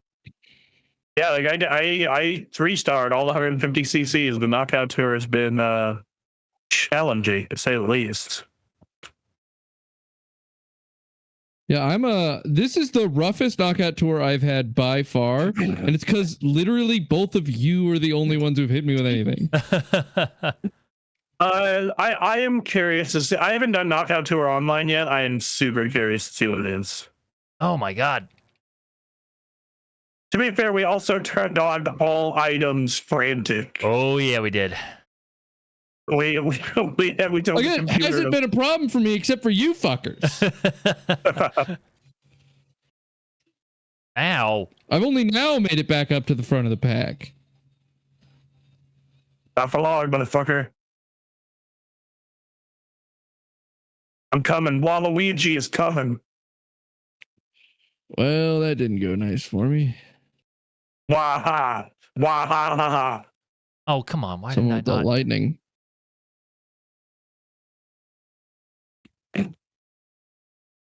Shit. Aaron, I'm coming for that booty.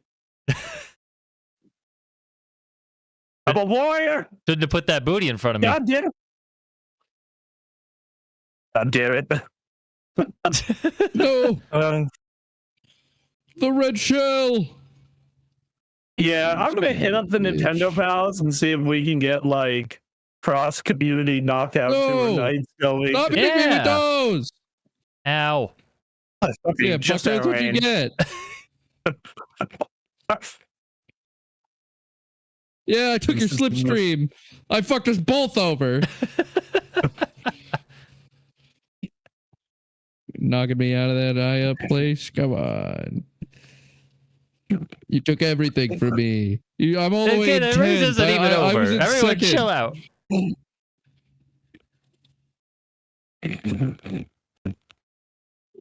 don't know if I hit with that bomb, but that's hilarious. God, there's a lot of items going around.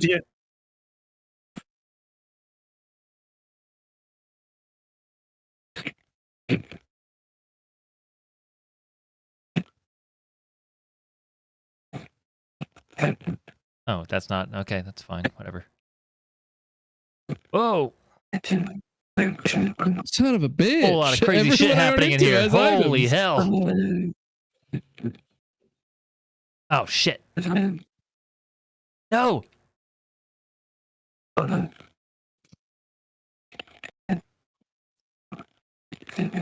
the fuck?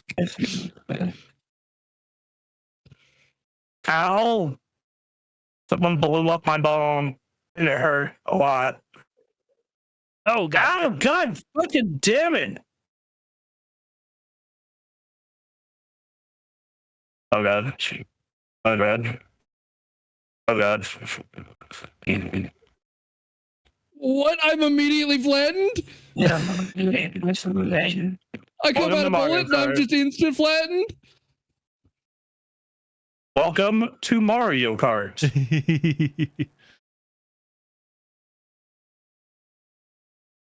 Ow.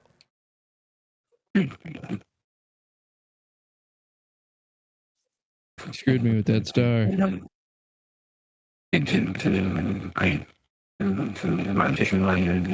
Get fucked, Toad. Get fucked.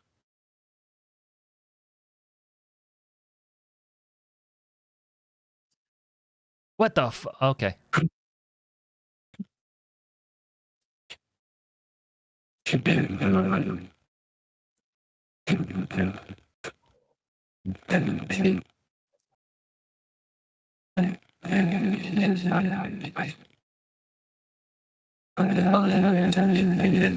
Son of a bitch! You're welcome for that. I'm coming for your ass. What the hell? Oh, this sucks. Oh, I'm fucked. Oh, I'm fucked. I'm 100% bow and barring some very stupid luck for the next like 10 seconds.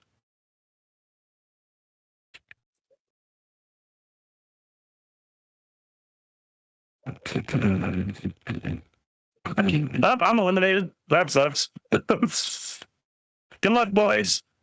Good luck indeed. Aaron, I believe in you. Oh boy. We just can't lose to the computer. Yeah, I just fucking destroyed your shit. That was unfortunate. That was brutal. Well, the computer's in first. That computer is crazy in first. What is happening? Yeah, I haven't seen Dry Bones. Oh, Dry Bones isn't in first, Yoshi. Oh, I haven't seen Yoshi. I briefly saw Yoshi, and then y'all gangbang me to death.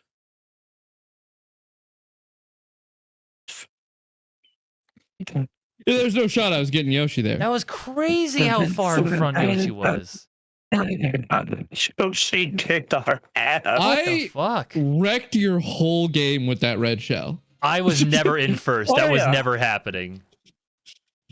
I saw first for like a little bit. I was in first to like for some of the beginning of the race, and then it was getting completely screwed by you to the rest of the. I mean, the way. I imagine us going all online with all players.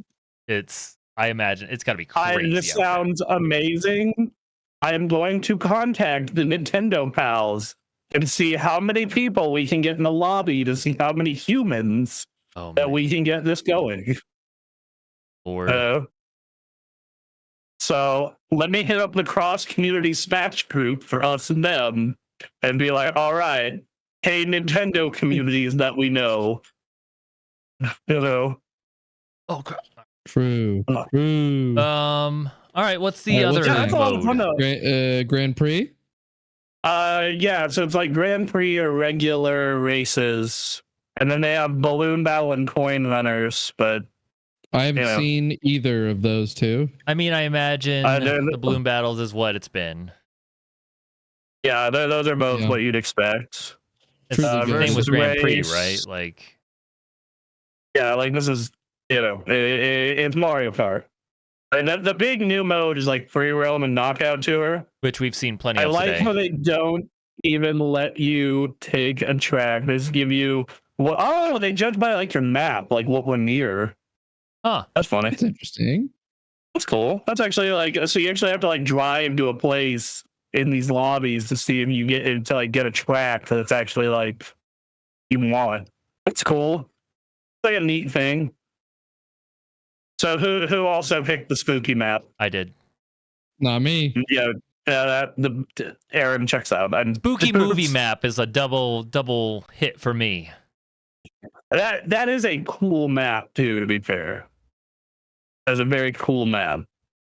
All right. I missed my boost. Yeah, so did I. I do like the Piranha Plant got to be a racer. Good for them. Oh, Bronson already destroying my shit. It's I'm sorry, you were right in front of me. Yeah, All right, what do you think after this race? Are we thinking moving on to the next segment?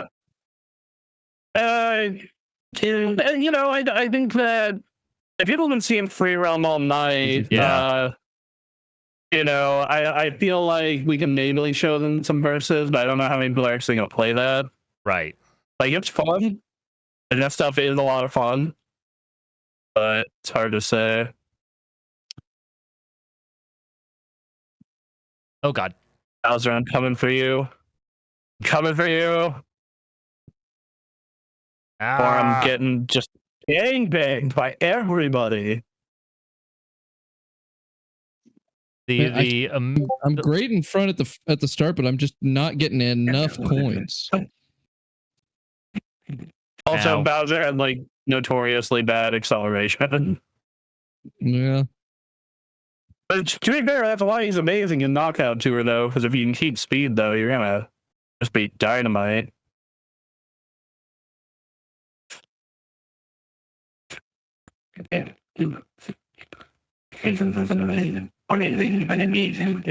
Ow, I didn't do nothing.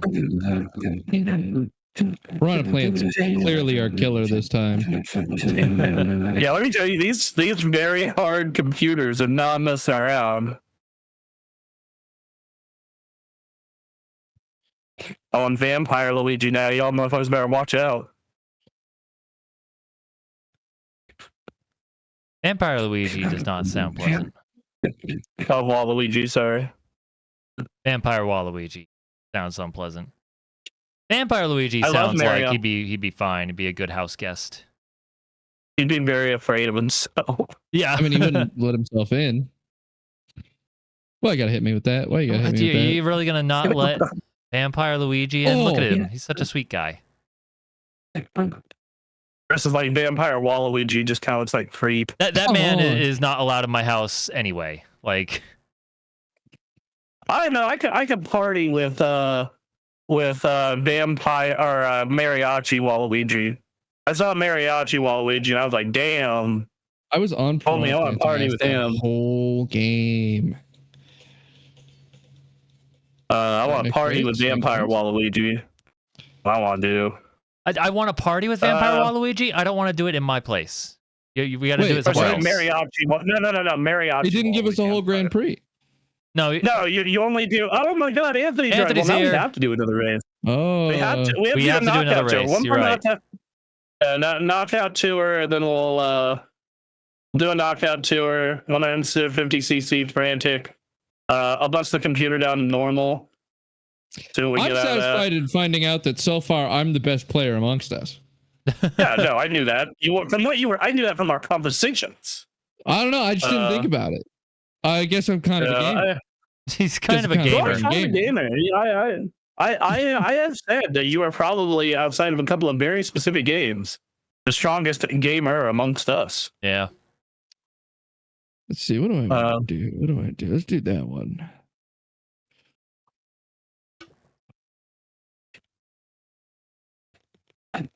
Oh goddamn! I just what if the woman just did.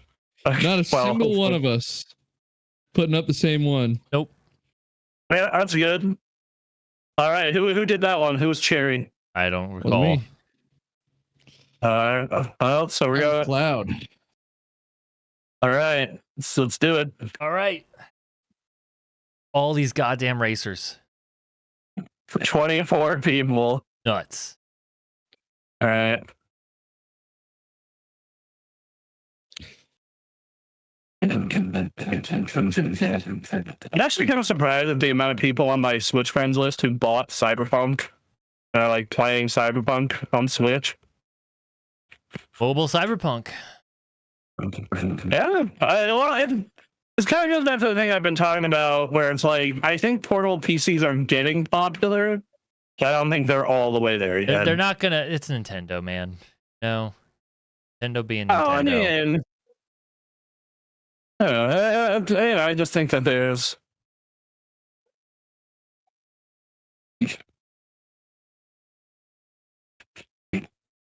I'm getting so little right now. I have no juice. Well, I just unlocked. As for charging chucks everywhere.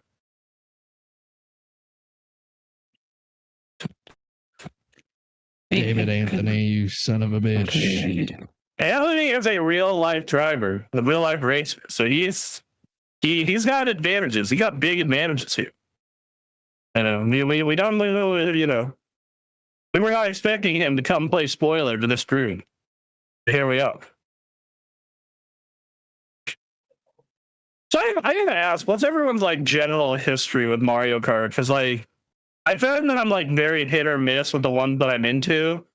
Like some of them, world record competed as a child for Mario Kart Wii. What the fuck, Duncan? I love your lore.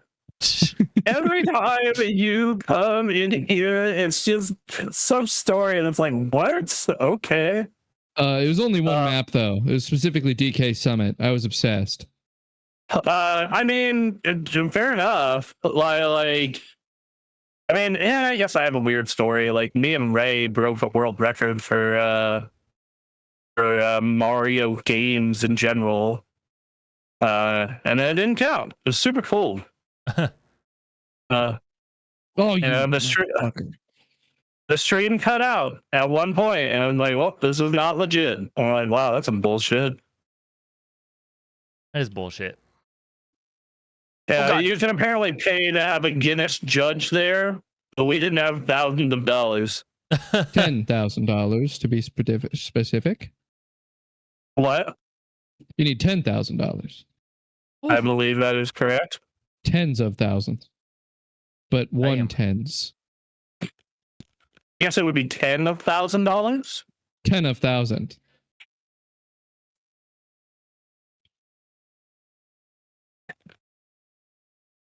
All right. I'm coming. I'm coming.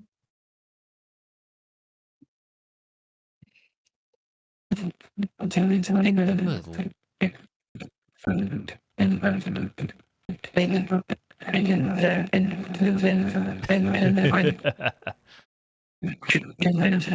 I need you to keep talking. What's going on, buddy? sorry. The demons. The demons are speaking to us. Are making discussion. I'm sorry. I'll get the air conditioner fixed later. It's fine. It's fine. There's one guest I'm not interested in really talking to here. You're gonna throw a red shell at me in 8th place. Where's your honor? Oh, I got the first briefly. Jesus. It was beautiful. It was a good time. And then I got lit to me. Finally, my coin count's full. It's been so long. My Mario Kart history is playing the original, being bad at it. Like the SNES one? Yeah. Wow, okay.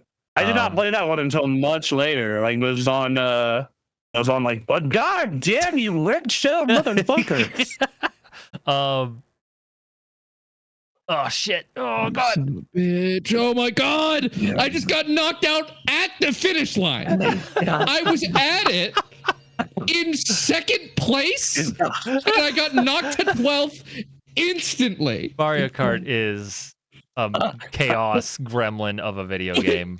Like, what am I supposed to do? There's nothing you can do. I'm crushing. I'm in 2nd. Anybody who says this experience is not worth $80 is lying. Absurd. No, I gotta say, the knockout thing. This is chaos, and rough if you're on the bad end of it. But this is a dumb fun time. I was doing so well too. Honestly, I had all finally, the items for a period, knocked Anthony out of 2nd place or 1st place, and I was coming for him. I was competing. Yep. And then I got knocked all the way back instantly at the finish line, fully knocked away. Jesus Christ! That's gonna be the last time we did this. Hey. Oh Lord. I'm coming for this motherfucker in 1st place. I'm coming for him. He's far ahead. I played Mario 64 and was bad at that as well. I used to play a lot of Mario Kart 64 with my dad, and we continue. Oh, Holy Jesus. shit, you assholes! I also loved Double Dash. Double Dash is the one that sticks out after that. Me and my friend Matt used to play like Double Dash like every weekend in like 5th and 6th grade. It was so good. Me and my brother were really good at Double Dash. We liked it, and that's what led me into being good at Mario Kart Wii, because I was already established in Double Dash. And then carryover. They had a public leaderboard on like the Wii, like online thing for Mario Kart Wii, and so I was like, all right, I'm gonna try and compete on this for DK Summit. And I grinded DK Summit for weeks. I got really good at DK Summit. All right. Yeah.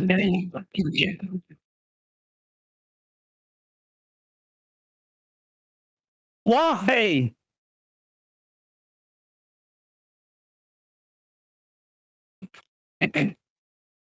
Oh, I am boned unless I get a good item. That was a great run for Aaron there. That golden mushroom came in handy.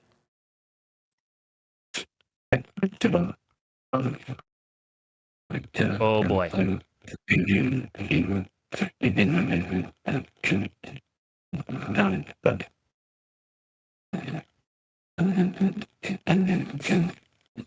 Uh-oh. You're in 5th. Yeah, this is good. You got to change that very shortly. Yep.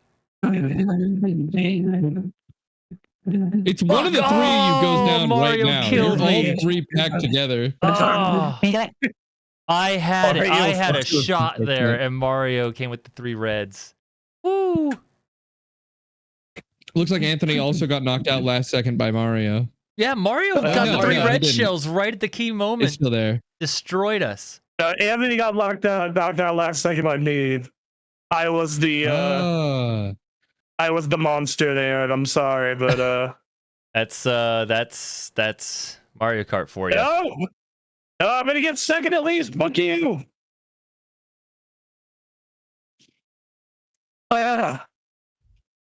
Nice. That was so unbelievably stressful. That was I love it though. I love this mode. This is the best thing. This reminds me of when they added 8-player Smash to Smash Bros. Legitimately, like one of the best things you could possibly add. Yeah. That was good. All right. So amongst our homies, I got second. I believe Anthony and Aaron were 5 and 6, and then Duncan were in 14th. 14th. I didn't even know it was that bad. I was in second. I was in second, and I got hit by one thing, and I was in 14th. Man, I'm gonna be real. Like when I get back to playing this game, like a sane normal person, I will probably only touch Knockout Tour. Yeah, It's so good. That's wild. But I will say, that was ridiculous. I'm not sure if you've either gotten to see the Rainbow Road in this game to see. I know. I need to play a whole bunch. No. I need to unlock a bunch I've of been outfits. looking for it. I didn't know it was unlockable. Yeah, you basically need to finish every Grand Prix in at gold or better. So yeah. But yeah. All right. I am gonna play more of this. I just flew way further than I feel like was intended. I feel like I planned for this to be a 30-minute to 45-minute segment, and we blew through all 45 minutes, and I want to keep going, but I know we have other stuff to hit, so let's do it. We got other stuff to hit. Mario Kart remains fantastic and undefeated. Yeah. Oh yeah. All right. What's other hot stuff to hit? What is next on our list? Game upgrades. Game upgrades is next on our list. Zelda and Pokemon Scarlet. Yep. So we're looking at Tears of the Kingdom, Pokemon Scarlet, and maybe Breath of the Wild. All right. All right, Aaron. So let's go ahead and get Tears of the Kingdom out of the way because I did not get very far in this game. I've completely forgotten the controls because I booted it up earlier today. It's like, all right, let's make sure this works. I was like, oh, right. This video game. So we're gonna jump in here. That was absolutely spectacular. And thank you, Anthony, for joining. Thank you, Anthony, for joining us. That was a lot of fun. That was great. Here we are. And this moves well. Wow, you were not kidding. Yeah, no. Whoa, yeah, that looks a lot better. Like significantly better. It's so much cleaner. It's clean. I like the textures on the ground here. Nice. The lighting. Yeah, lighting is very smooth. Yeah, so man, you are not kidding. When did you get off the Sky Island? I don't know. I mean, we can find out. Just go over this way. Just jump off and just jump off. All right, I can do that. You can find out real fast. I believe it's we can jump off, then hit the X button. Yep. Nope. You did not get off the Sky Island. Dang. Good, sir. All right. Well. So. Yeah. No. I was playing this. I finally got around to here, and I was like, "Yeah, this is more Breath of the Wild." That was my summary of Tears of the Kingdom. So I feel like they should give you the build stuff sooner. Because I feel the build stuff is so goddamn crazy. I've seen the build stuff, and there's some crazy stuff in there. I'm just not that kind of person. That's fair. I feel like that's the primary complaint I've seen of a lot of people is just they don't like making just fucking crazy machines to solve problems. I'm glad it's there. I'm just not that person. I think that part of the issue I have with the build system is that you can build a very simple machine that breaks most of the game. Sure. Yes. And once I figured out how to do that, I was like, oh, okay. I think a lot of people just aren't going to figure that out. I think that's part of it. It's one remote controller and 2 fans. Yeah, no, you can make a goddamn hover bike out of that. And there you go. Yeah, you make the hover bike and it solves most of the game's puzzles. That being said, I do think the system's clearly very creative. I think the physics engine is obviously incredibly impressive. Especially for like running on like a Switch. I think like Jesus.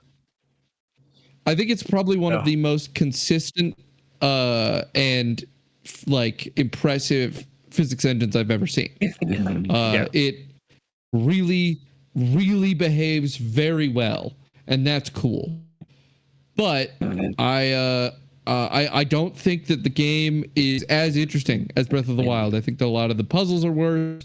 I think that there's a lot more monotonous stuff in the game than there is in Breath of the Wild. I think that the story is a little less interesting. But overall, I still think it's an incredible game. I kind of have the opposite, where like I feel like a lot of Breath of the Wild is very barren. It's very empty.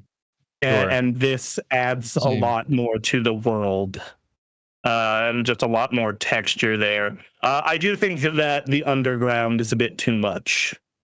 Like the underground. I'm largely being influenced by a very long video essay I watched talking about why Tears of Kingdom bad by comparison to Breath of the Wild. And you know what? I can't actually parrot the arguments because I don't remember them.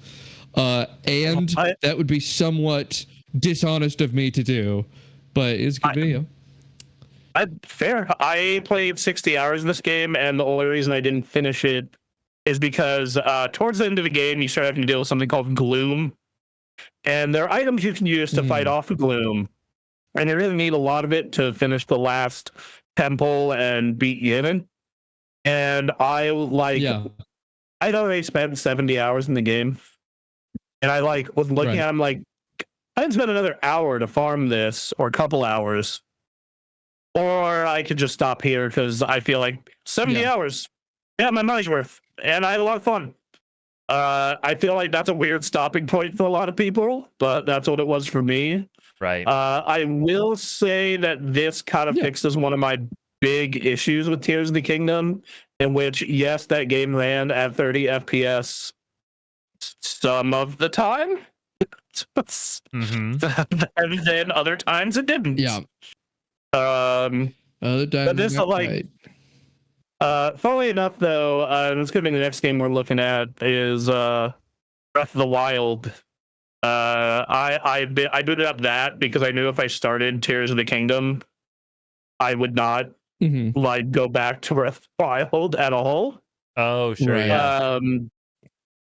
And especially because of the same map, right? Like, you know. By the way, if you are getting these upgrade paths, they did add a second save slot. So if you wanted to go and do so if you wanted to, not delete your Switch 1 save, there you go. Nice. Yeah, I've been playing Breath of the Wild, and that game still slaps super hard, and now it runs way better. Like, Aaron, do you have the Master Sword in this save? I do. Can you go to the grove where you get it? The notorious lagged grove? As long as I don't die here. Oh, shit. Oh, fuck. I don't know the buttons. All right. As bad as it is. Everything's fine. It's okay. Let's see. Look at how smooth his dying is, though. It's really smooth dying. He's dying real smooth. Ooh, all right. It's the map. I think. Yeah, there you go. North. Yeah, it's right in the middle of all those trees. Yeah, right there. It's that blue. There you go. How do I go there? No. You got to mouse over to the blue icon. There you go. Yeah. Sweet. Let's go to the hidden lag forest. Rest in my Altair gear. I lore that first piece of armor you get super early in that game, almost till the end. Nice. Also, because I have all the DLC for this game, when I got off the Great Plateau, it just gave me 8 quests to go get costumes. Oh, nice. That's great. Man, that's a pretty game. It's a pretty game. Look how sharper it looks, dude. And this is no longer a lagged forest, which is great. Yes. It's pretty good. They did such a good job with this. And then also, if the Switch 2 version does add these Zelda notes things, where you can get like Zelda giving you commentary of certain areas. Okay. So that's cool. And then on top of that, it also gives you a bunch of stats, so you can see how long you've played. You get daily login bonuses. So like, I'll spin mine here, and my link is gonna get a free health recovery item. Nice. 5 additional hearts. But yeah, so you can like be in register amiibo to just get bonuses without having to rescan amiibo. And then they have like navigation and play data for you, so you can like check everywhere on the map you've been and when you did it. It's a bunch of fun register stuff. amiibos so that you can only have to do them once. Yeah, so you just have to like not. So currently, on the old Switch, you would have to like take your amiibo over, scan it on your system. Now you just register it to your phone. You just press the button on your phone once a day. I'm gonna need you to I'm gonna have to come over and register your amiibos at one point, and then I will see if we can register them multiples. I will see if we can register them multiple Switches. And then they added achievements. And there are achievements on these in this Zelda app thing. Like Breath of the Wild, I've apparently played for 40 hours. I've traveled 20 kilometers. You know, I've been to about 30% of the map, so it's a nice little touch. You can do item sharing, so you can exchange items with other players in both of these games. The big feature for Tears of the Kingdom, you can now download and upload builds. Yeah, that is really good. So if you want your Korok torture machines or your Bokoblin torture machines, there you go. You just load them in. Oh, that's not what it was. The other game we have is of course, Scarlet and Violet would be our next one. Yes. Once we get there. The most infamous poorly run Switch 2 games. Man. Switch 1 games. Yeah. Seeing this run the way it does, I'm gonna actually make it probably a real run game again. I know, nice. Like I ended up playing for a couple hours just because it wasn't like the game gets moving pretty quick. Like it gives you control of your Pokemon and lets you go battle and capture Pokemon pretty quick. And it also no longer runs. Look at it. Yeah, it runs so much better. It still kind of looks like a PS2 an order game. Of magnitude better though. Look at those windmills. But like, yeah, look at it. Look at those windmills. We all saw the windmill test on Sunday. If you ever track down Kind of Funny's video, they compared Switch 1 and Switch 2 windmills. This one no longer looks like a bad slideshow. Those look like real windmills, dog. I think that this is going to allow a lot of things that felt just overshadowed by the jank to shine. There's a lot of things in this game that are cool, like you know, the way the Pokemon behave, and there's a lot of little touches. In the way that you know, they really treat the Pokemon, and that's good, and also before completely unappreciable over the fact that the game was melting down constantly while you played it. I remember like seeing the video, like I always will have somewhat of an interest in Pokemon because I grew up with Pokemon. Yeah. But like seeing the videos of this, I remember just being like, no, I don't know why you would ever play this. And then just completely abandoned it, left it to die in a gutter. Look at that, your whole team's on screen and the game is running. Yeah. Yeah. I like your team, Aaron. Nice little squad you got there. The intentional squad is what will eventually become Meowscarada. Got my Growlithe, I got my Luxio, and I got my Zoroark. And then these two are just kind of on spots for now, to be honest. Until I get some other Pokemon. Is that what his shiny looks like? What? This one? What's Demon his name? Gremlin? Yeah, Demon Gremlin, man. I don't know. What are they called again? Well, it's one of those newer Pokemon. It's just like, you don't look like an actual Pokemon, but whatever. I love his final evolution though. It has an incredible shiny, especially. Okay. I mean, you would know if you have any shinies. Yeah. Probably not the shiny then. So, Luxio. I just watered an electric Pokemon. I'm not an abusive trainer. Look. Subjecting him to torture. So, yeah, you man. did still flip to the map through that whole thing. Mm-hmm. Well. I will say this does not fix all of the problems with this game, but it does make it playable. Yes. The way animations are still bare bones. There's still a lot of things. The way I have described it is it has gone from being a bad PS2 level game to being it is a shiny. Nice.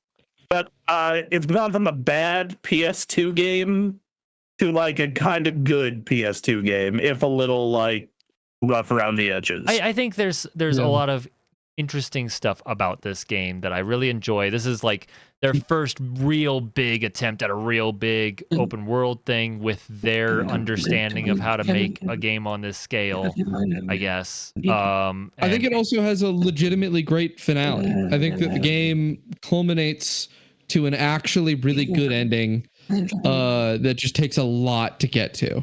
Right, that's the thing. I look forward to hopefully getting there. Yeah. I know that it's kind of one of those things where I really want to put a lot of time into this game, but it's also like I have put together a game list for the year. I'm like, God, I don't have 40 hours to play through goddamn Pokemon.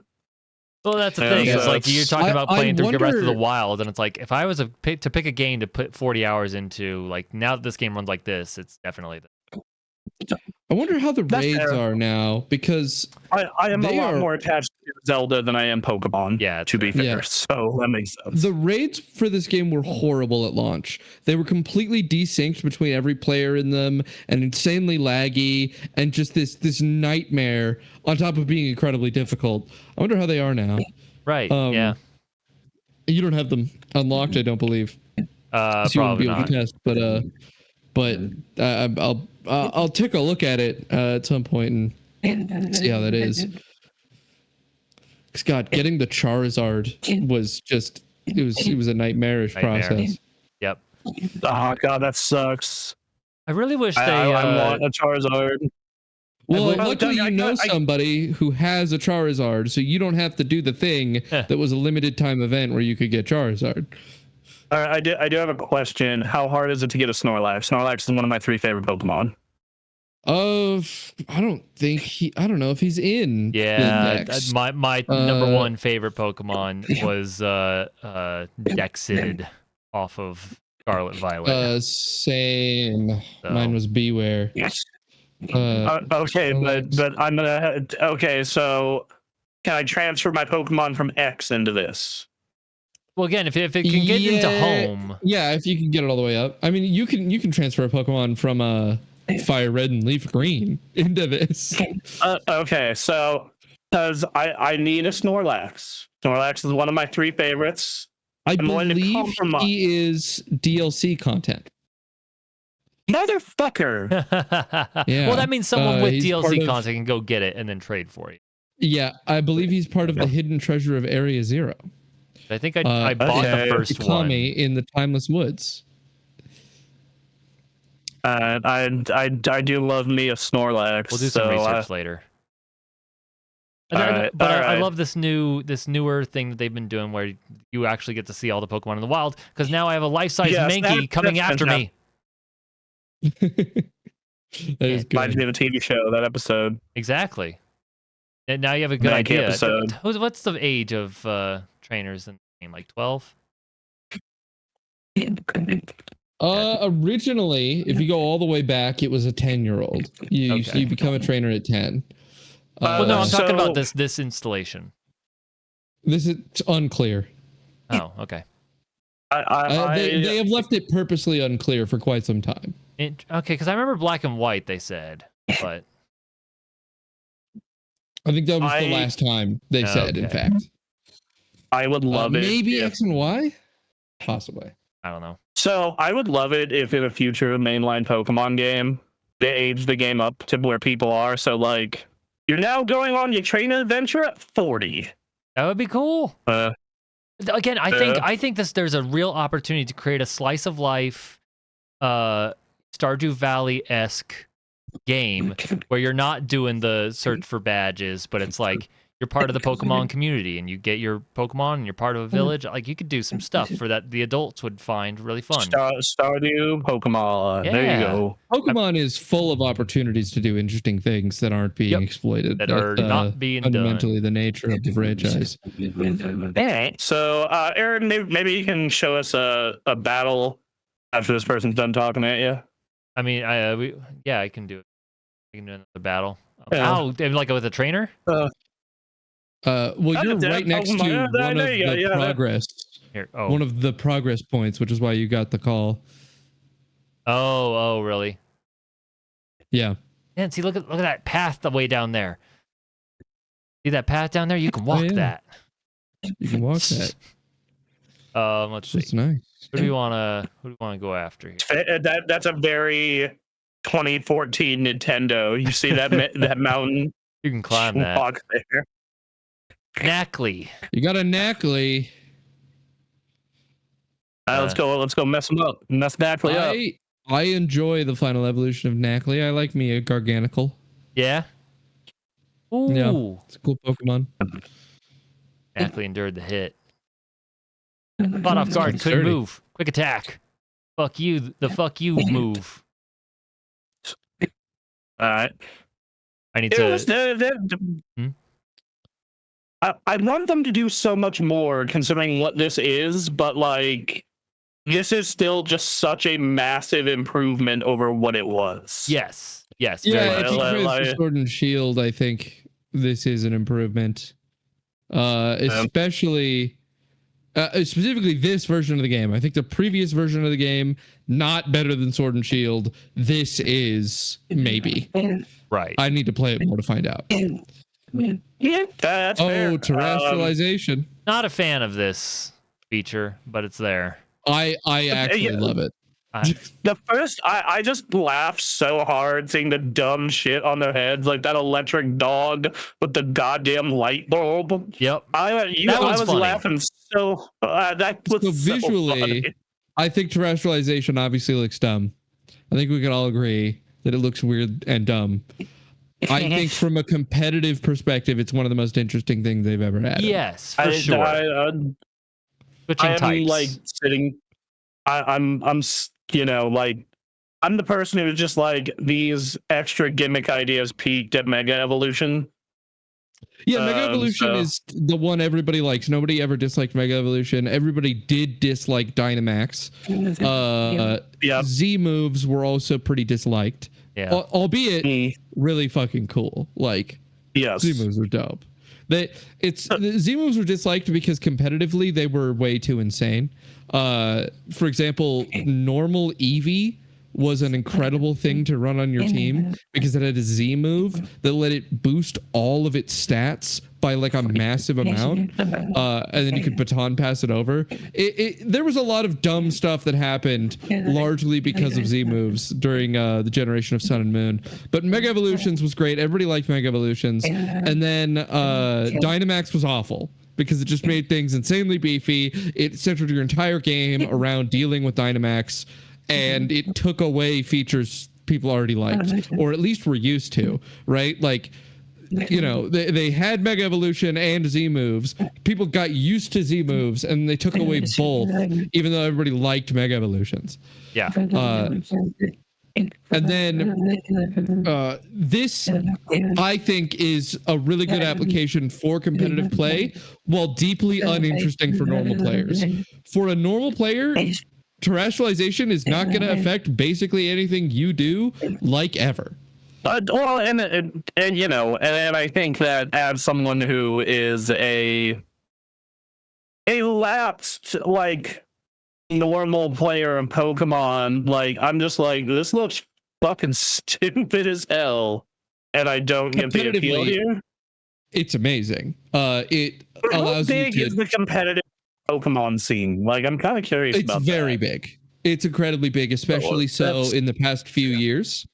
I mean, the Pokemon World Championships has like hundreds of people that qualify for it and get flown out by Nintendo to whatever their world's location is. And the number of competitors is so huge right now that people are having difficulty qualifying because they can't get into tournaments because the tournaments fill up.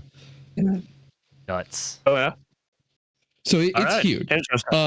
And what this has done for competitive Pokemon has been very good for it, because I think that, it lets you do things like, that you're going to be coming up against a ground Pokemon and that your Pokemon has a general weakness towards ground. So you can switch, or you're going to go up against a lightning Pokemon and you know that your team has a general weakness towards it. So you can give yourself a terrestrialization on a Pokemon that you know the enemy is going to target to ground, so that you become immune to lightning, so that you can pull that out if the situation requires. But every Pokemon has a terrestrialization, which means that you don't necessarily need to spend it on that Pokemon. It's a resource that the enemy has to bait out of you, but then you can also use it offensively. It has a lot of offensive application because it doubles your stab bonus or gives you a stab bonus for a type that you didn't previously have for. So you can, if you have access to a move that's a great dragon type move, but you aren't a dragon type, a dragon terrestrialization makes that an incredibly viable attacking move on your Pokemon. It's very interesting from a competitive perspective, but from a normal player's perspective, like, you're already basically one-shotting most things. It's not a difficult game. You don't have to think about this mechanic almost at all. And fair. Right. All right. Well, Aaron, how long till we get to our next part of the docket? I am trying to figure it out. This was not intended. We are going to do what we can here. Yeah, you started the Titan battle, the Open Sky Titan. I don't remember what you unlocked from this. I don't remember either. I mean, would you know? Have you? It seems like you haven't done it before. I've done it once. I restarted a little while ago. Oh, okay. Yeah. I think you unlocked the big jump. Ooh, that'd be fun. I took down a couple Titans. Super dead. Yeah, Fletcher was not going to make it. You sacrifice. You got to sack some Pokemon. Shiny Dimp is level 30. I don't know. Yeah, that's put him in. Stronger. You should Zoroark definitely is put 32. In. Let's do it. Put him in, baby. Let's go. But all your moves are not very effective. No. Fake Tears. Fuck them up. You'll probably still be fine. Fake Tears isn't very effective either, but it's a status move. Yeah, nope. Let's see. Flash and target. Shadow Claw might be our best bet. Looks like Shadow Claw, they're both good. I'm gonna go Night Slash. Night Slash has increased criticals. Well, yeah, no, so does the other one, but it's Ghost versus Dark. All right, that's something. Yeah. That's something. Holy shit! You're a Dark type, so there you go. Good. Yeah. You worried about the Knackley or whatever. Good job, Knackley. Good job, Knackley. Oh, You're God. doing it. Knackley, Smackdown. Knackley, Hell yeah. that tiny thing just did a smackdown on a Sky Titan. It did as much damage as you did. That's a little rock. Smackdown. You just got crit. Jesus. Do all the work for me. Dang. Give him the hands. Yeah, little thing. All right. So we got that knocked down. The Pokemon they added in this generation, most of them I'm not crazy about, to be honest. I kind of given up that fight. This is not a new Pokemon. Is it not? Nope, Bombardier has existed. How long? I think 2 generations. I think it was Sun and Moon. That's the thing. I think once we got to like generation 6, I was like, I can't keep track anymore. I'm gonna look through and find the ones I really like, and then that's it. It might be X and Y. I just know that I looked it up when I did that fight and found out it wasn't a new Pokemon. Interesting. Very interesting choice to make them a Sky Titan here. Whatever. All right. This guy is a nice guy, but I've seen this conversation before. We're okay. And he says, "Feed my dog. Feed my dog." That's right. Yeah, we gotta feed the dog a sandwich. Feed the dog a sandwich. The dog. No way. running Is in it his a good plaid pants. Or no, they're striped. They're striped. Unexpectedly deep into the story here. Jesus Christ. When we get to a save point, let's get to our next save. Absolutely not. We're playing through all of Scarlet right now. Yeah, this is a And I'm going to bed. All right, Bitter I'll Herba good Mystica morning. warms you right up. Oh, my haircut. I love that one of like Pokemon's great features is just their characters having the worst fashion sense. Yeah. I like that he looks like his dog. Yeah. He went to where they cut the dog's hair and was like, "Can you cut my hair too?" And just convenient. Yeah. Oh my god, this is Fortunately, still his going. caveman mom is a robot. This friggin' Pokemon with like, I don't know what is happening with the tumorous front wheel that happens in this body. He's a bike. I know. So there were a number of times people like give up on like Pokemon designs. This generation was definitely one of like, yeah, fine, whatever. Who cares anymore? This is a motorcycle the violet lizard. one looks great. I like the violet one. It looks great, but when you think about what it's doing, stupid. it's just like, this is all right, fine. The moment I booted this game up and it ran on all fours despite being a motorcycle. Yeah. It's just there for aesthetics. Make the fucking wheels spin. Exactly. What are you talking if we're about? gonna do this, if you're gonna be 80% motorcycle, go all the way. What does it matter? Right. And the other one does. The other one does have spinning wheels. Oh, that bums me out. That bums me out. Miraidon is a great Pokemon. Look, I picked Scarlet because it had the hot caveman lady. That's really it. Caveman lady. I picked Scarlet because I looked through the Pokemon list and I'm like, this list seems better. Yeah, I wish I need Ceruledge real bad, and I don't have access.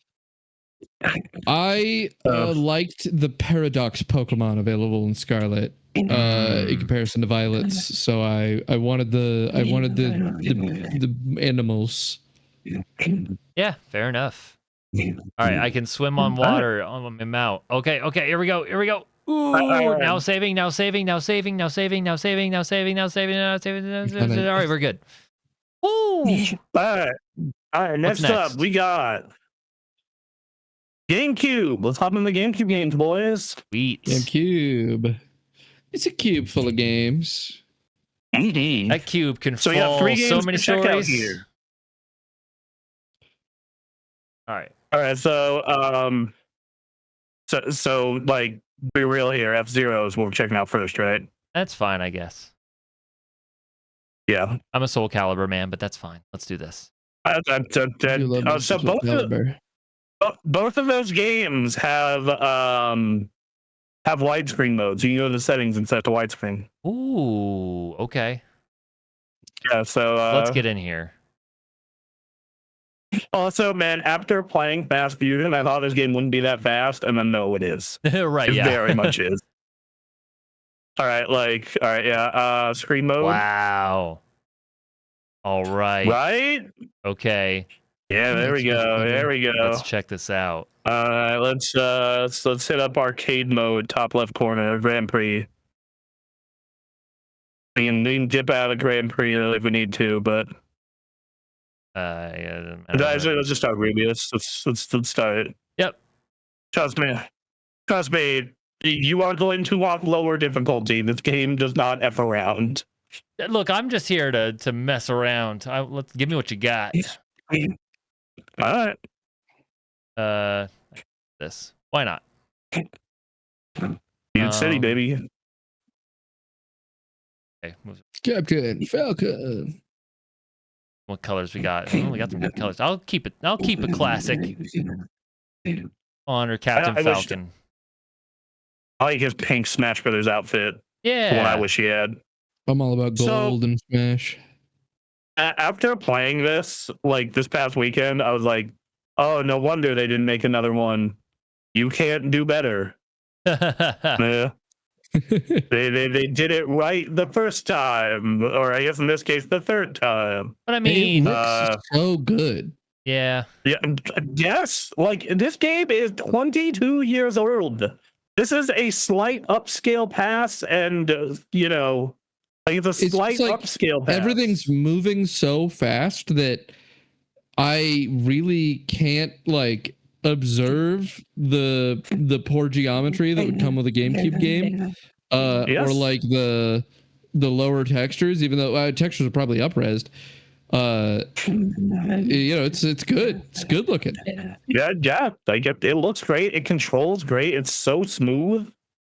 Like God, dude. Like once again, playing Fast Fusion. We're gonna play that later. That game is awesome. Yeah. But going back to this, I was like, man, if you could get Nintendo to throw time and money at this again. Yep.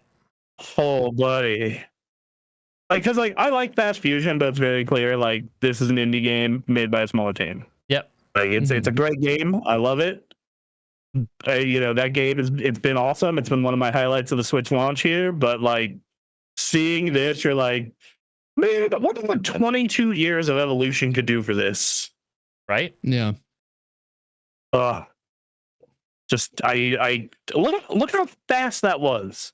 It's not even the fastest the game goes. It's not even close to as fast as the game goes. Crazy. Like quality.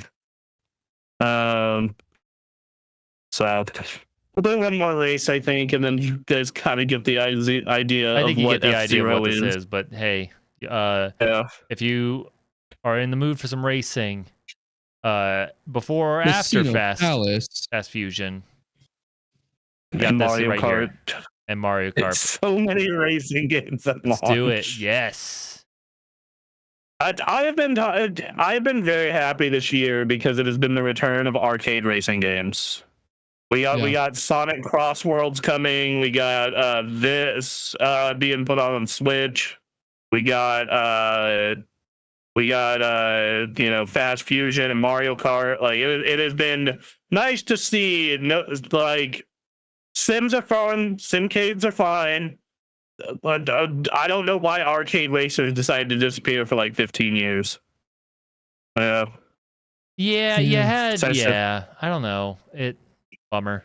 And I'm gonna blame me because I don't really play them. Oh, you should. They're great. Yeah. Game's sick as hell. Team soundtrack super good too. The Mod Nation Racers Blur split second trio disaster happened, and there was no coming back. And then they were like, "Hey, Mario Kart and Sonic Racing can come out sometimes." Yeah. And then nothing else. Oh, that CTR came back for one game. They did that CTR remake. Sure. So Trackmania was out there doing stuff, but that was its own wall weird thing. you can hit. Yes, I'm not good at this game. This game is hard, dude. This game is hard. Like it is. If you have never played this game, like does not mess around. I was never. I don't know how it puts 23rd in such big letters. They let you know, man. What do you want? Let's Soul Calibur. Let's do. Do you want to save the Soul Calibur for last, or do you want to do it first?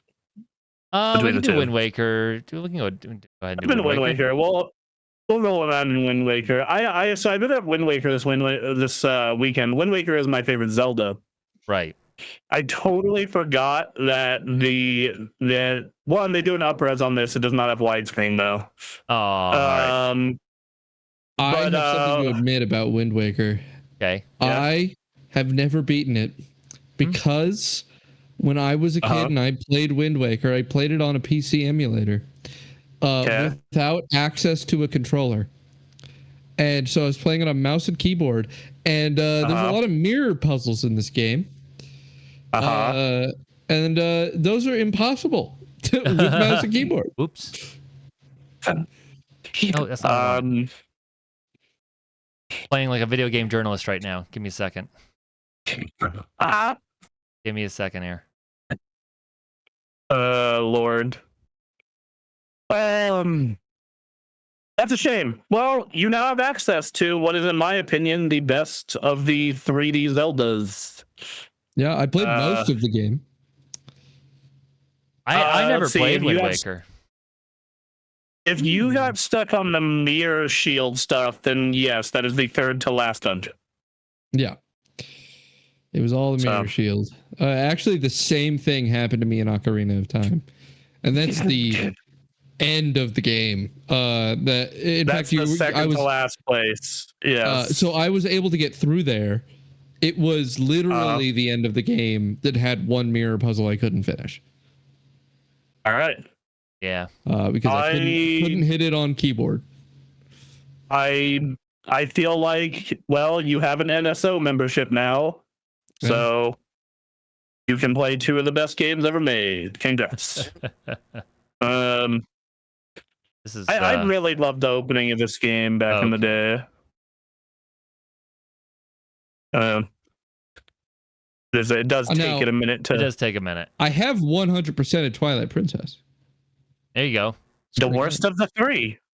Fantastic. It's a good game. It's just not as good as those two. Yeah, I mean, I'm obviously biased towards it because it's my very first Zelda game. Oddly enough, shamefully, I've 100%ed Skyward Sword. All right. Jesus fucking Christ. And I didn't even like it that much. Jesus Christ. So, yeah, I played all the games from Ocarina since they came out. Ocarina. But like, if I had to, so I'm gonna talk about the Breath of the Wild era back, or like prior to the Breath of the Wild era. Like Ocarina to Skyward Sword. I think Skyward Sword's probably the worst one. Yeah. Then I would say Majora's Mask, mainly because of the gameplay. We're just talking about art and music and everything, and that's maybe the best one. But like, a lot of the gameplay functions of that can be kind of wonky. I would say Twilight Princess, then Majora, and then I would go Ocarina, Wind Waker. I think the problem that I have with Twilight Princess is it kind of reminds me of, okay, this really like you're kind of owning it in a little bit. This kind of feels like we're edgy. We're grown up now. Where we edgy Zelda. Yeah, like, and maybe part of this just comes from like I saw Wind Waker, I thought it looked cool as shit, and then going on message boards and whatnot and hearing people call it Zelda and being mad at it and me thinking you people are idiots. Yeah. People I was 13 when that happened. Taste at the time. What? Clearly. People did not have good taste at the time, clearly, because this is a great looking game. It's a great game. It is. Yeah, like I said, it's my favorite 3D Zelda. The only reason I prefer the HD remake is because they fixed the two problems this game has. And then also for some reason in the original the horizontal camera is inverted. Yeah. I see. Finally, it's the main engine stuff. All right. Let's go. Look how great this looks. That is really good looking. Game is 22 years old and looks, or 23 years old and just looks amazing. You know, like you could not ask for better. Yeah, it's an evergreen art style. It really gives longevity to something that would otherwise look kind of rough. Oh, like go boot up original Twilight Princess on like a Wii or a GameCube. Yeah, you could tell. And then some of those guys look weird. You're like, whoa, what happened to you? Yeah, so I don't think we'll end up getting any gameplay in this because we still have to get to Soul Calibur, but I just wanted to show everyone in engine, look how sick this looks. Yeah. It's just so expressive. Like Link has just such a personality in this. It's so just good, man. He's lobstered up. He's all lobbed. All lobby. Lobby. The animation that really does it. Good frame rate combined with some real quality animation. I think that they've also faces was the thing that looked the roughest, I feel, on the GameCube. And the fact that they went with 2D textures for faces instead of like trying to model a head. Yes, and like the facial expressions in this are so good. Like Link when he looked stoned as hell there for a sec. Yeah, it's a good face. This is in fact horizontal, inverted. Oh boy, he moves. Yeah, that's the part where it's hard to go back to. Is they when asked directly about about the HD versions of the GameCube games, right? I'm gonna do that. And they were like, or you're not doing that, right? Because of this. And they're like, we have lots of ways to celebrate our properties. We're totally doing that. We need Aaron now NSO. Hop into the water, initiate a super swim, and get yourself to the next island. Okay. You just need to buffer every frame a reverse direction input. And then accelerate until you're going super fast and zip on over to the next place and it's done. Okay. The determination on this man's face, so good. Look at that. All right. Oh, now it's covered, but still, like you have a little water droplets on the ground and whatnot. Yeah, like it's just water at this time also was like a big deal of trying to figure out water, and like the way they went about doing water allowed them to they basically went, let's not figure out water. Kind of, yeah. And you know what? I think it makes for a better experience. Flat and play a 2D animation around the character. Yep. And it's good. It's a good solution. Good animation on Link again, and whoa, inverted. Yeah, no. Yeah. All right. Well, that's Wind Waker. I'm still kind of sitting out here waiting for that HD port. I'm like, oh, buddy, because the HD one looks even better and it fixes the like 3 problems the game has.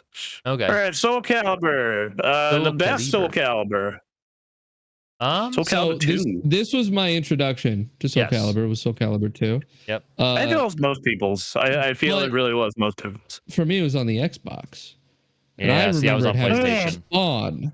Yep. Everybody else got Link. I had Spawn. You know what? That's Aaron got Heihachi. I got Heihachi. Oh. Yep. This game also has a widescreen mode.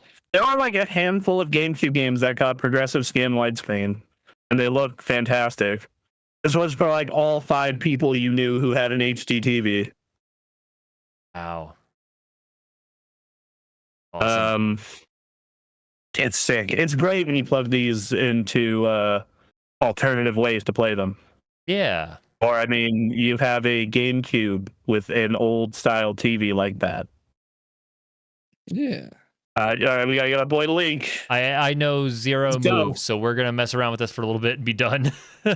Link versus Taki. Yeah, look, this even still holds up. Like they did an up-res on the textures. Up-res textures, the frame rate's still high. They got their like all you need. That's 60. Yeah, that's all you need. So for GameCube, what games do you want on here? I want those Pokemon games to connect to Pokemon Home. Yeah. Is the one that's jumping out at me right now. What else? Double Dash for sure. Double Dash would be good. Yep. I want Sonic Adventure 2. There's a lot of Sonic you could do. Sonic Heroes. Sonic Heroes. I feel like Sunshine's already on here, and so is like Metroid Prime 1. So I'd love to see Metroid Prime 2. I'd love to see Beautiful Joe. Beautiful Joe 1 and 2. Yep. Metal Gear the Twin Snakes. That'd be another good one. That'd be a big one to add, you think? I mean, Konami is suddenly open to doing shit with Metal Gear again, so yeah. Like Like that's a good question. Right. They're already getting Super Mario Strikers. Yeah. What games? Oh, Ikaru. Well, I was about to say Ikaru, and I remember they actually ported that to Switch. Hey, thank you for the sub, Steph. Yeah, I got a sub. Thank you. So let's see. Let me. I need to look at the GameCube games they've confirmed. Guys, I know what it is. It's time. Okay. Okay. They should put Melee out. I was thinking about that. They should. They won't. They should. They hate Melee, but they should do it. I think Sakurai even hates Melee at this point because he says he hates it more than anybody. Yeah, because he's even said it's a party game. Right. Yeah, but Stop it. Sakurai went and made Brawl out of spite for Melee. Yes, and then like recently he has made Ultimate where he's just like, this sucks. This is a far better, more competitive, interesting game. Move on. And then you have like 3,000 weirdos being like, we're still gonna play Melee. The answer is because it's not more competitively interesting. It's it might be better. I might be able to acknowledge it as being better. It's not more competitively interesting. Okay, you are right. I think it is a better game competitively because I think Melee, the reason people like it is just super fast. Because anytime I talk to a Melee player, they just go to other games. They're like, this is too slow. It's not Melee. It's too slow. It is incredibly fast. Incredibly fast is a huge part of it. That and the tech is insane. the tech is psychotic. I feel like the only games those dudes could go to and be happy would be like Marvel 2. Like that's the only game that's as fast. Well, that's the thing. There isn't a game that can actually satisfy a Melee player other than Melee. That's why they're playing it. Right. Yeah. Yes. I think that the big complaint that I keep hearing from them though is like other games, other fighting games, or smashes are too slow. And like I'm like, okay, well, like I guess Marvel 2 is your one option. So they're calcified. They're kind of just not used to playing other games. So there's like there are other Smash like options that a lot of professional Smash players enjoy, like Rivals of Aether, or Rivals of Aether 2 specifically, is like people really like it. It's good. It's good, and it a lot of professional Smash players play Rivals of Aether, but it's not Melee. Melee has not only does it have a lot of things that very few games even attempt to replicate, it has a history that has made it into a game that it isn't. Right?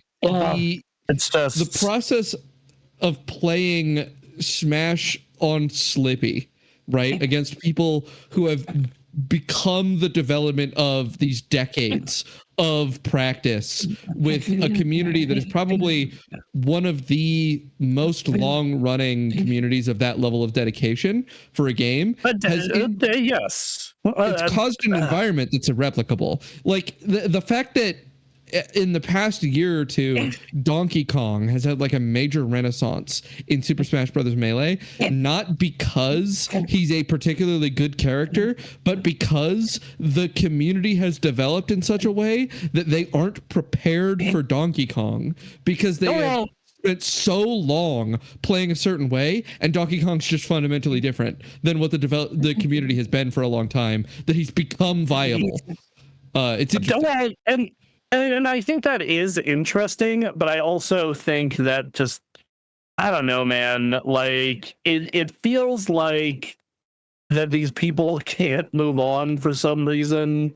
I think it makes them a group of insatiable paupers who, when you attempt to feed them, you find that no food can satiate the appetite of the Smash player because it is not made exactly right.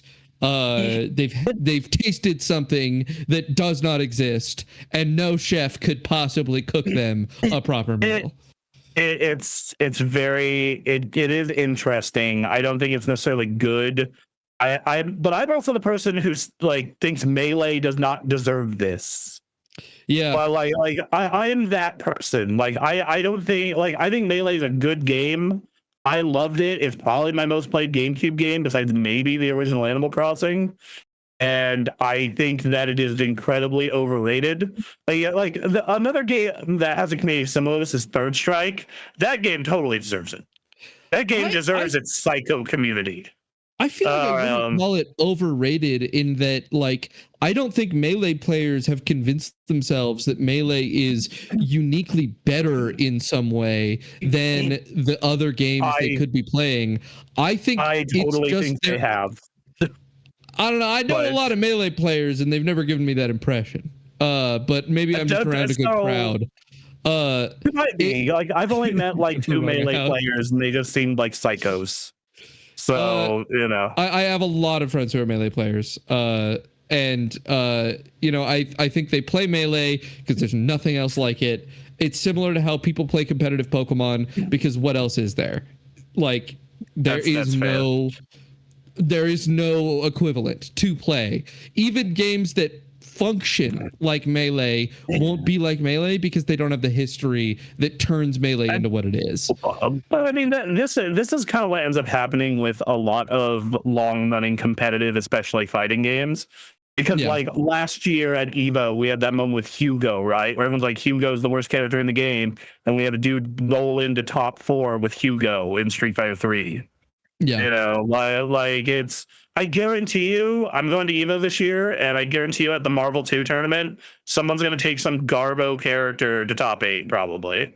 I mean, and of course, Smash has its equivalent, right? There's the legendary story of Amsa is like the story of Yoshi is the story of Amsa. Nobody else is a top player in the world except for Amsa with Yoshi, because one dedicated man can just do it. Yeah, and I'm also watching Aaron play Soul Calibur. I'm not passing Astaroth here. Wrecked by Astaroth. I am not going to pass Astaroth here. I'll give it another shot, and then we got to move on. Then we'll move on to the next segment. So these GameCube games, though, man, they look great. They play great. The next games, the names of the next batch are Fire Emblem Path of Radiance. That's actually going to be great for that game because that game's hundreds of dollars right now. So it's good that they're making it available finally. Yes, kill the market, please. Gale of Darkness and Mario Sunshine. Again, please kill the market. If you make Gale of Darkness and Coliseum compatible with Pokemon Home, you have plummeted the price of these insanely expensive games. They are $140. That'd be huge. That'd be so nice. Pokemon is another one of those fan bases where I'm like, these are really good games. I don't understand this further. Specifically, I still want a physical copy of Gale of Darkness, even if they make it compatible with Pokemon Home, because I want to be able to do Ribbon Masters from Gale of Darkness, which still requires that you have original copies, because you need to get it, to do a Ribbon Master, you need to get a Pokemon through every generation up to the current one. Yeah. Jesus. So, if you plummet the price by porting it to Pokemon Home, then I will be able to buy Pokemon Gale of Darkness, which will be good for me. See, that's the real reason we need to do this. Okay, so the other ones are Mario Strikers, Chibi Robo, Luigi's Mansion, and Pokemon Coliseum. Those are the ones that are confirmed to be coming soon. Hell yeah. Obviously, we talked about a bunch earlier that have options. Other Mario sports games, Super Monkey Ball. So I'm glad these GameCube games work as well as they do. I know that there's going to be a whole big crowd of people screaming about emulators. I'm going to address them later in the show when we get to closing thoughts. And you thought you wouldn't beat Astaroth. I didn't think I was going to do it. Ring out in Soul Calibur is super useful. We've got to let him play through. We've got to let him play through until he loses. We're on a timer, bro. Yeah. Oh my god, this guy's aggro. Fuck me. Nightmare don't F around in Soul Calibur 2. All right, I'm gonna see if this still works. I believe it's the Y button. Try getting up his shit and just using it. Just Y button by itself? Yeah, just standing Y. Okay, Yeah, that's definitely not the. That's interesting. There we go. Yep. It comes out super fast. Comes out fast. You just hit him and he dies. Oh god.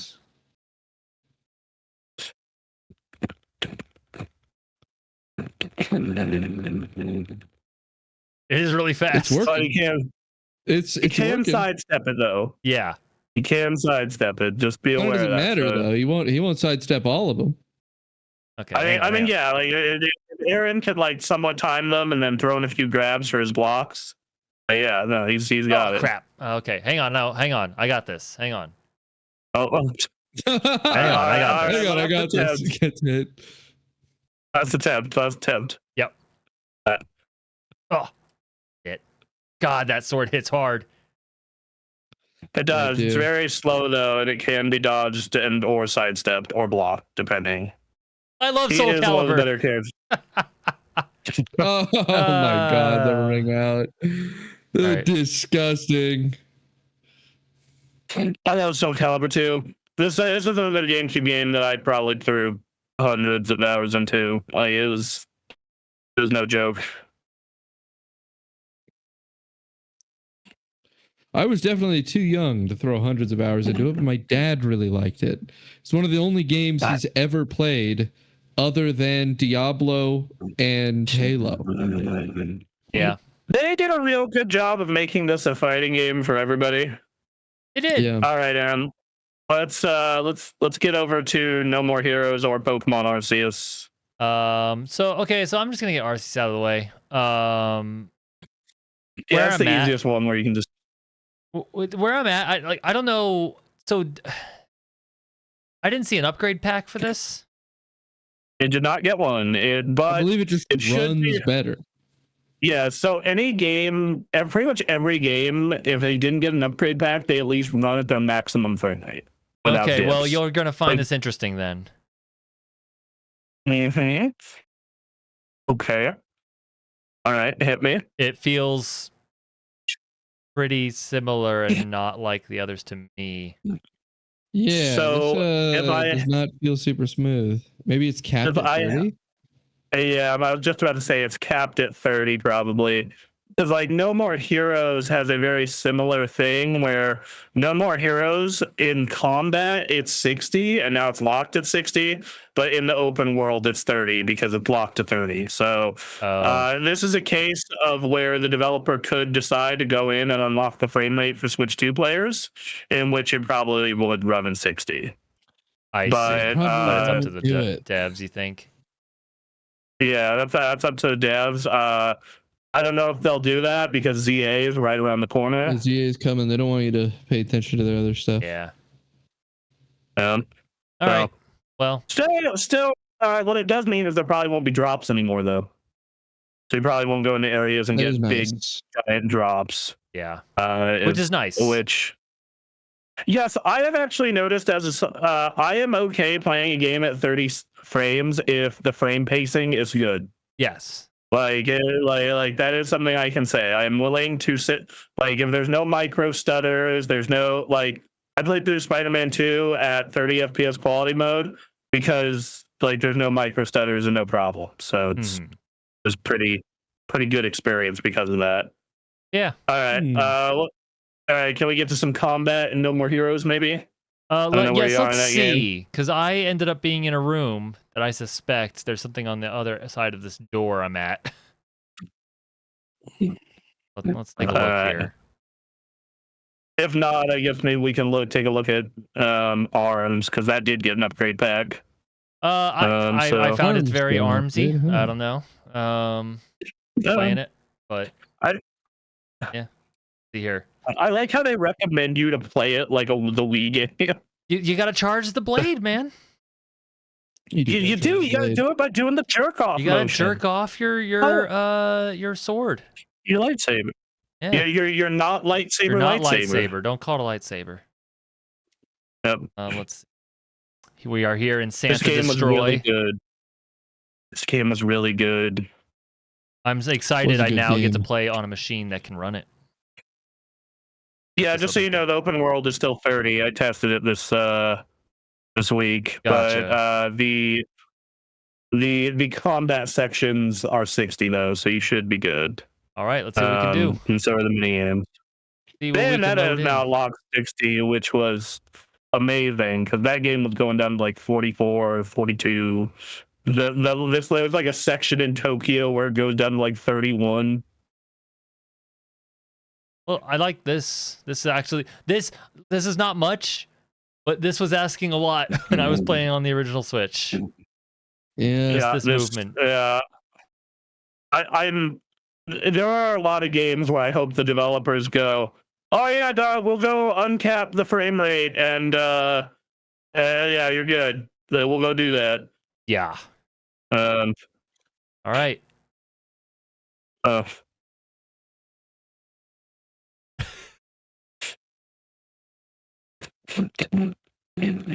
just remember like being okay with the game and then getting to the open world section and making progress in the open world section and going, "Oh sweet Jesus, no." Yeah.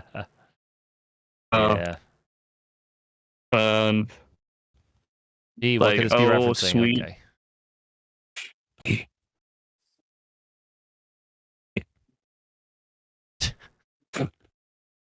Duncan, you played this game on the original Switch, right? I did. It was. What was your tolerance for the performance issues? Because I finished it, but dear God, it was fine. I was honestly fine with it. I definitely could have been better, but but yeah, it didn't run good. it did not. Didn't run good, but I know I made it. I had points in that game where I was just like, I can't tell if this is slowing down to be stylish or slowing down because it's a performance problem. All right.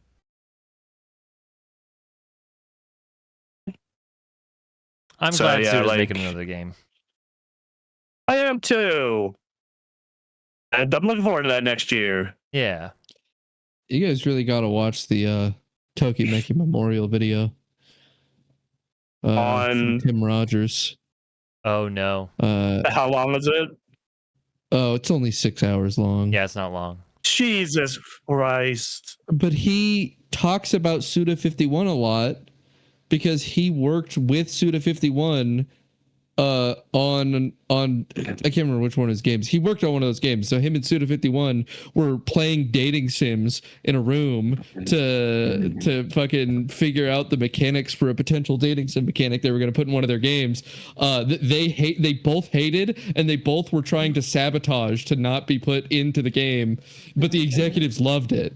And then he gave him a bunch of advice on how to play Tokimeki Memorial. All right. Nice. Yeah. Friend, buddy, pal. We don't have to sit here and play all this, but as you can see here, oh boy. It's running. Moves well. Yeah, that's so much cleaner. Oh my God. How do I charge? That is significantly cleaner. It's just like, my God, man. Let's jump. Okay. Man, so I can feel you not remembering the controls. Yep. There you go. Jerk off the sword, the beam katana. Oh shit. Hit your LR. Hit your LR on him. The LR. Yeah, your L and R button plus the R button.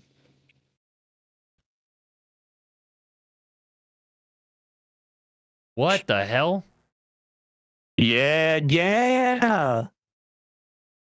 That was wild. What a great game. Oh God. Way too long. Yeah, I'm gonna play more of this. Looking forward to it. I definitely should. Yeah, like now that the important parts are at 60, like, dude, yeah, no, it's great. Yep. That's pretty Love huge. it. Love to see it. I can actually play it. Oh God. All right. Well, now that we know this doesn't run like crap anymore, how do we feel about checking out our last two products? Last two products. Let's do it. Hit him with the welcome tour. Oh, no heroes. All right. Which game? The welcome to tour. All right. This one's fun. And by fun, I mean yes. I love that we're doing this. It's an interesting idea. Also, I will be right back. My girlfriend needs some. Yeah, it's fine. All right. So it's fun in the world of Astrobot, where Astrobot does what it does. That this is a thing, and it's $10.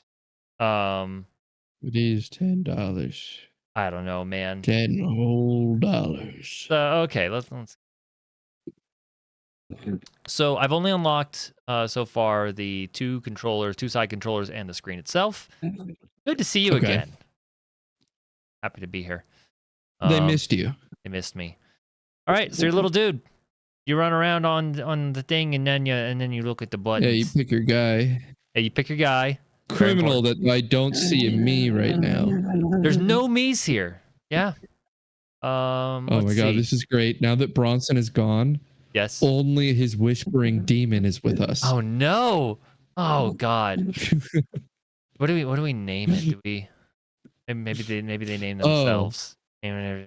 Jennifer. What's Phoebe spelled backwards? Right. E-beef. E-beef. E-beef. E-beef. Sure. You know what? Yeah. All right. What's okay. the C button do? So C button for Duncan and E-beef over here. We got. You can press this button to access game chat. So so to move forward, all you gotta do is like find all the things on the controller. It's like this thing does this, and great. And that excites E-beef.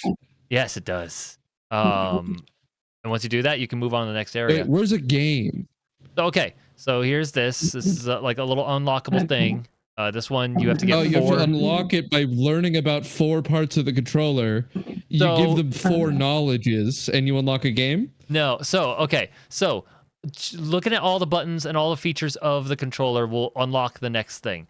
But each one will have one mini game. And then you do that and get a certain amount of medals, and that will unlock other kinds of mini games. So you see over here, here's a mini game. Okay. I can't play because I need 25 medals. So over here, this unlocks at 4 medals. I have that unlocked.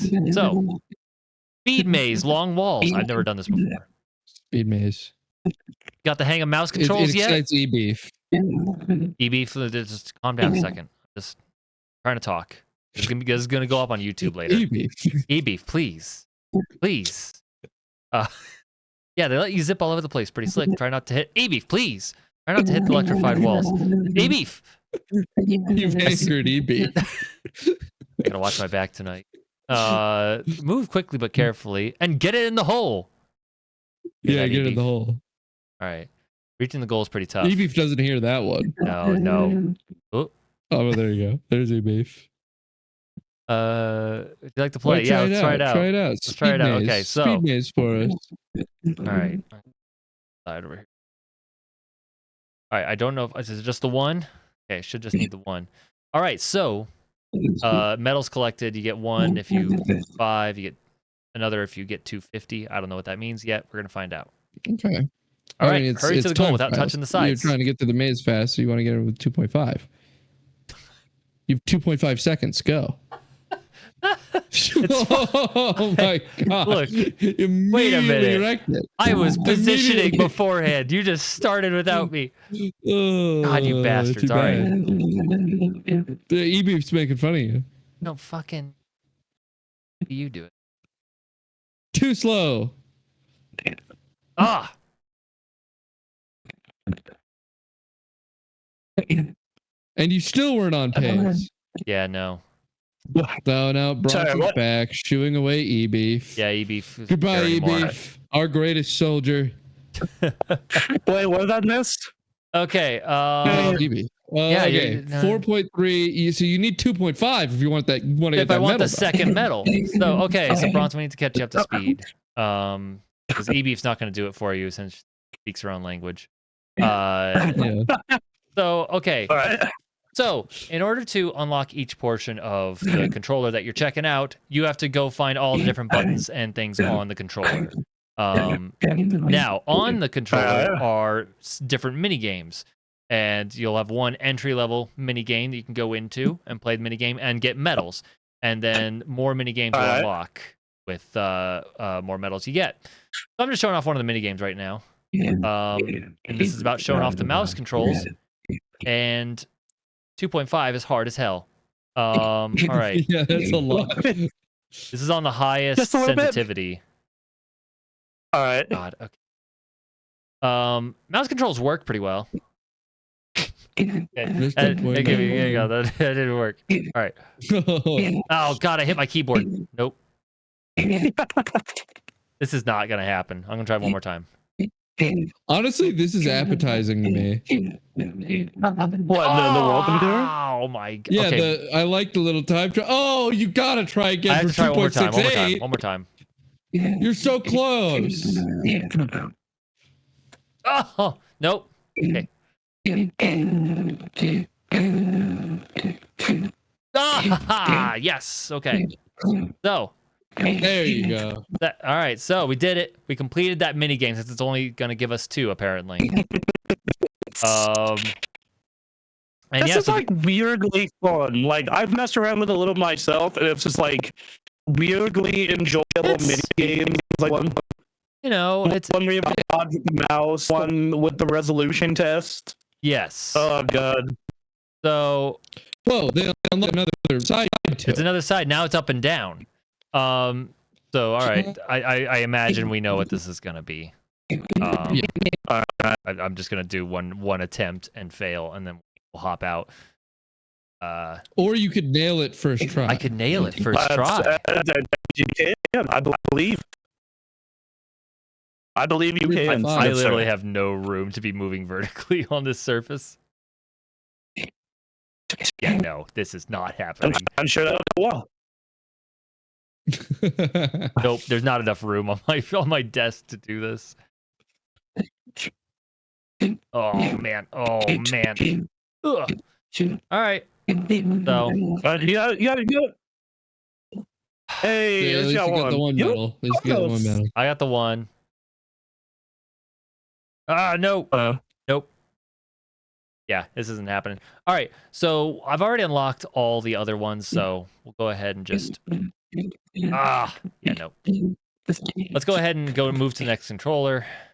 I can see you internally telling yourself, I need to move on to show the next thing, and also wanting to just make it. I'm so close. That's how it was when I booted up this thing. Like I was just like, check this out a little bit. Yep. And then it was 42. Yep.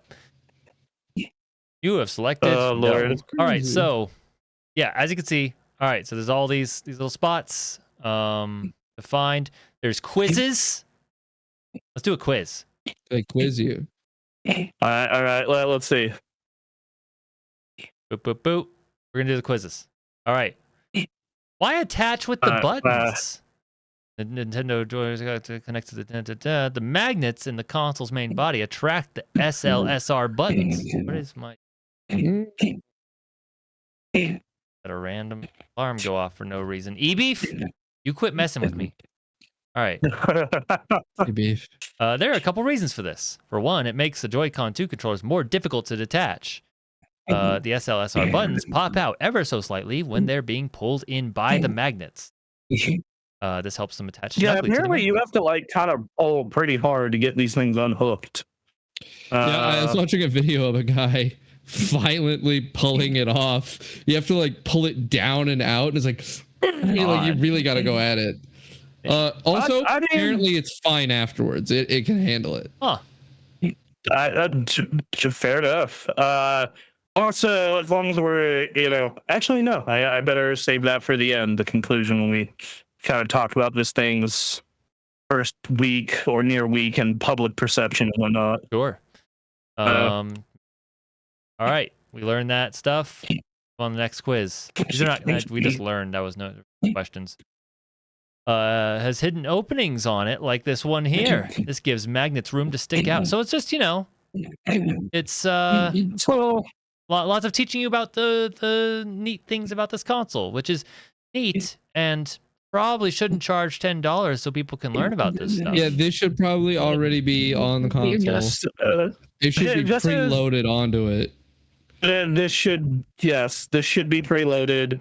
Because I think like not only is it teaching about the console, it genuinely has a lot of really fun mini games. Yeah, like there are a lot. I think it would be a great value add.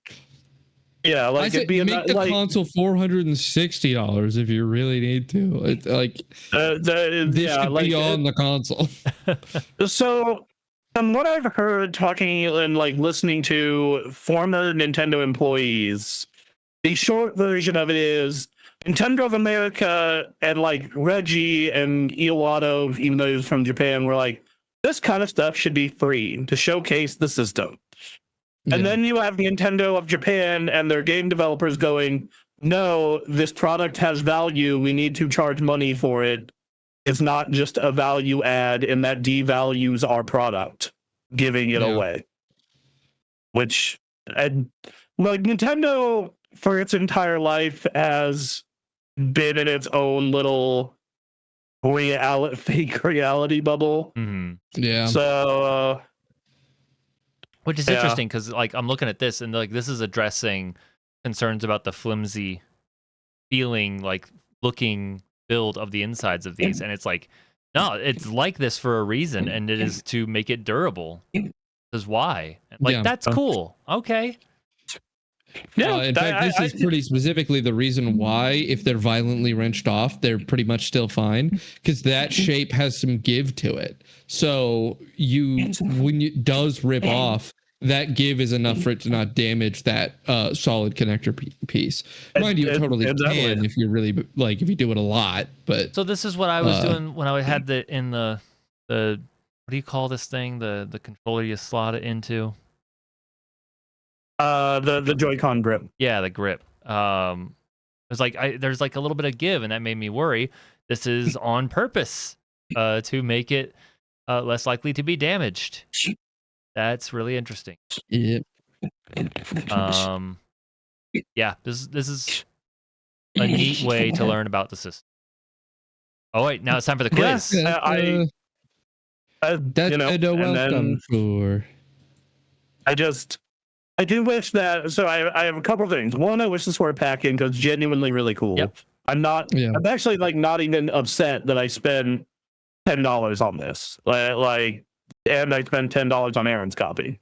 I might spend $10 on it and give it a try. It seems fun. This is the second time I've spent money on this channel for content, and it will not be the last. Yeah. The other being Anthony's Dragon Age review. So I think that this should have been a pack-in, but also instead of these like weird little people, I think there need to be Mii's. I think Mii's need to be. God, give us our Mii's back. Yeah. Like they're still there. Like they're still in Nintendo Switch Sports, and they're still like you can make them in the menu. Like, we just need them. Yeah. I'd sell for them in games like this. Yeah. Yeah. Yeah,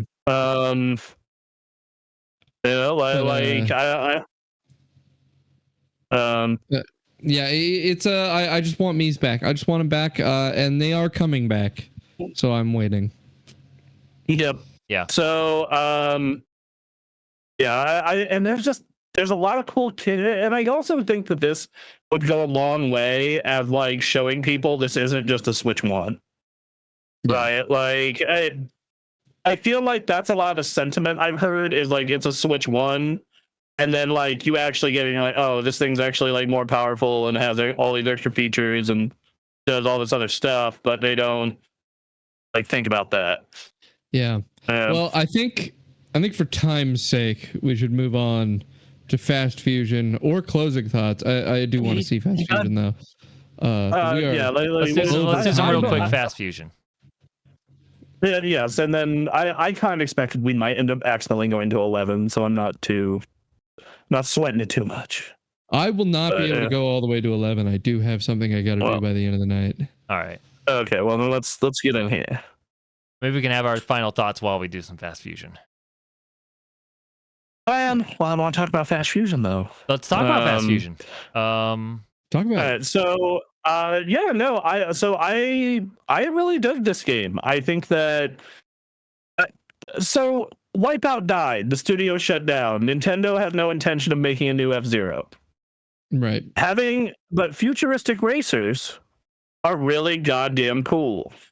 Yeah. They're really goddamn cool with really good music.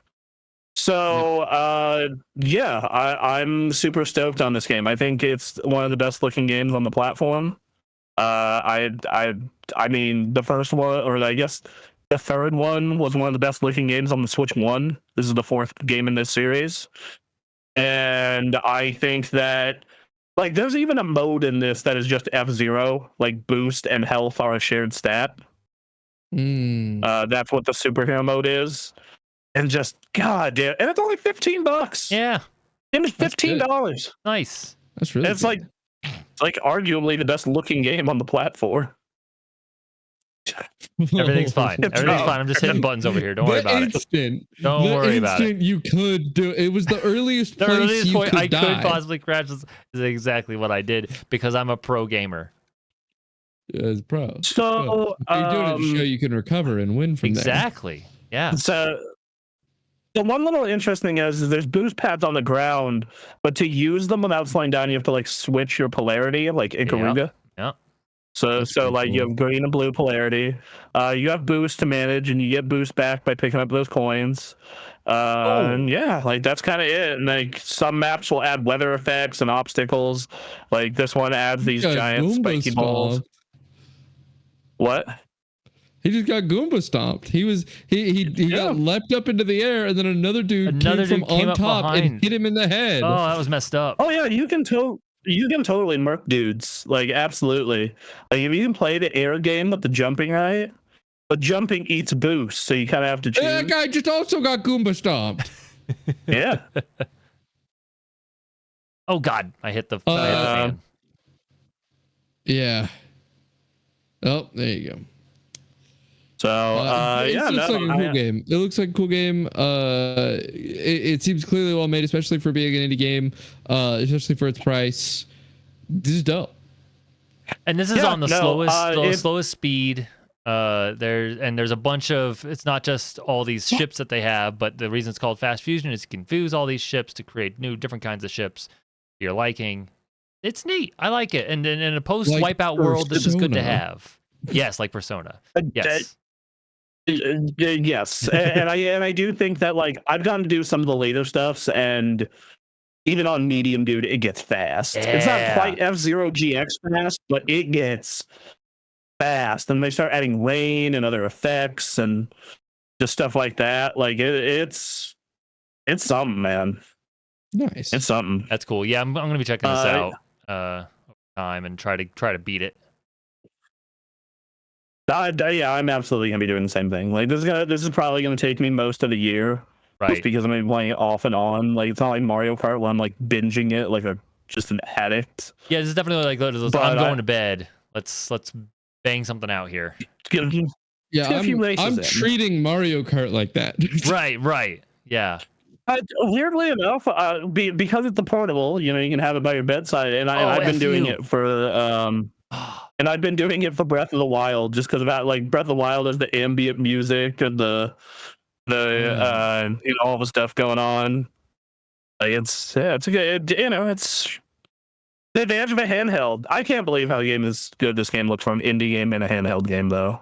Yeah, like, this looks incredible. For me, getting into my final thoughts, I'd say the Switch 2, clearly a cool console. It's got cool stuff on it. These games, they're cool. It's going to be better as time goes on. More things are going to get put on this that are utilizing what is effectively like one of the strongest handhelds on the market right now. It's definitely the strongest handheld for its price point. So yeah, it's not even close on that note. Yeah, so we're gonna start seeing games that previously weren't super accessible on a mobile market hitting the Switch 2, and I think that's gonna make it eventually a really good value proposition. I think right now that value proposition maybe isn't quite at the 450 that it actually costs. Yeah. But that the promise for the future clearly puts it up there. I think that if you are someone who really loved the Switch 1, but we're kind of getting burnt out on some of the lesser ports, and I think that if you didn't invest in the PC handheld market, so you don't no idea what you're missing up until this point, this thing's like incredible. But like, if I did not buy a Steam Deck OLED last year, I would be losing my shit over this device. I would be buying every goddamn game like imaginable. It's just that, I got to experience this kind of, or near this kind of power in a handheld, granted a little bigger, to the Steam Deck OLED. And I feel like that is kind of what's killing it for some people, like the holy shit moment here. I think for me, though, I'm still like fairly impressed by it, even though I'm mostly going to be playing like the Nintendo games and indies for a while.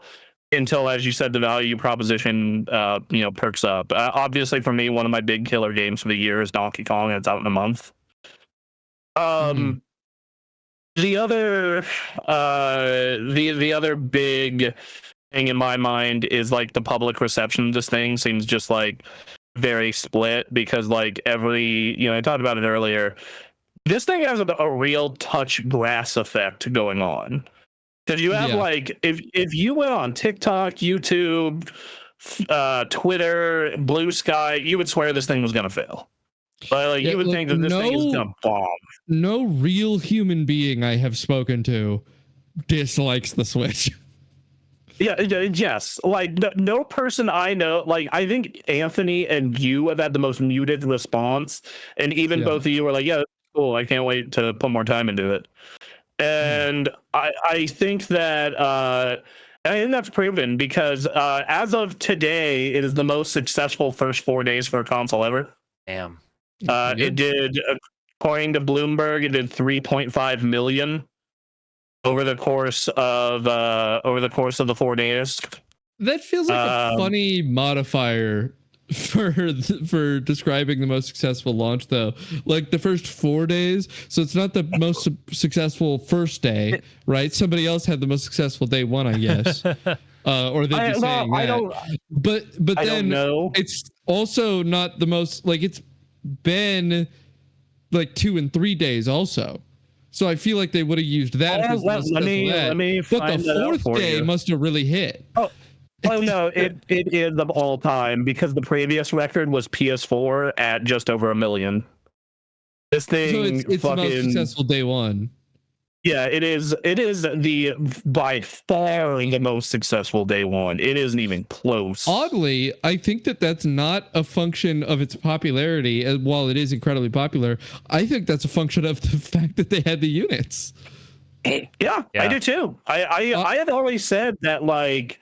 I think PS5 would have beat that if they had the units. Yeah, yes. Like I actually do think that.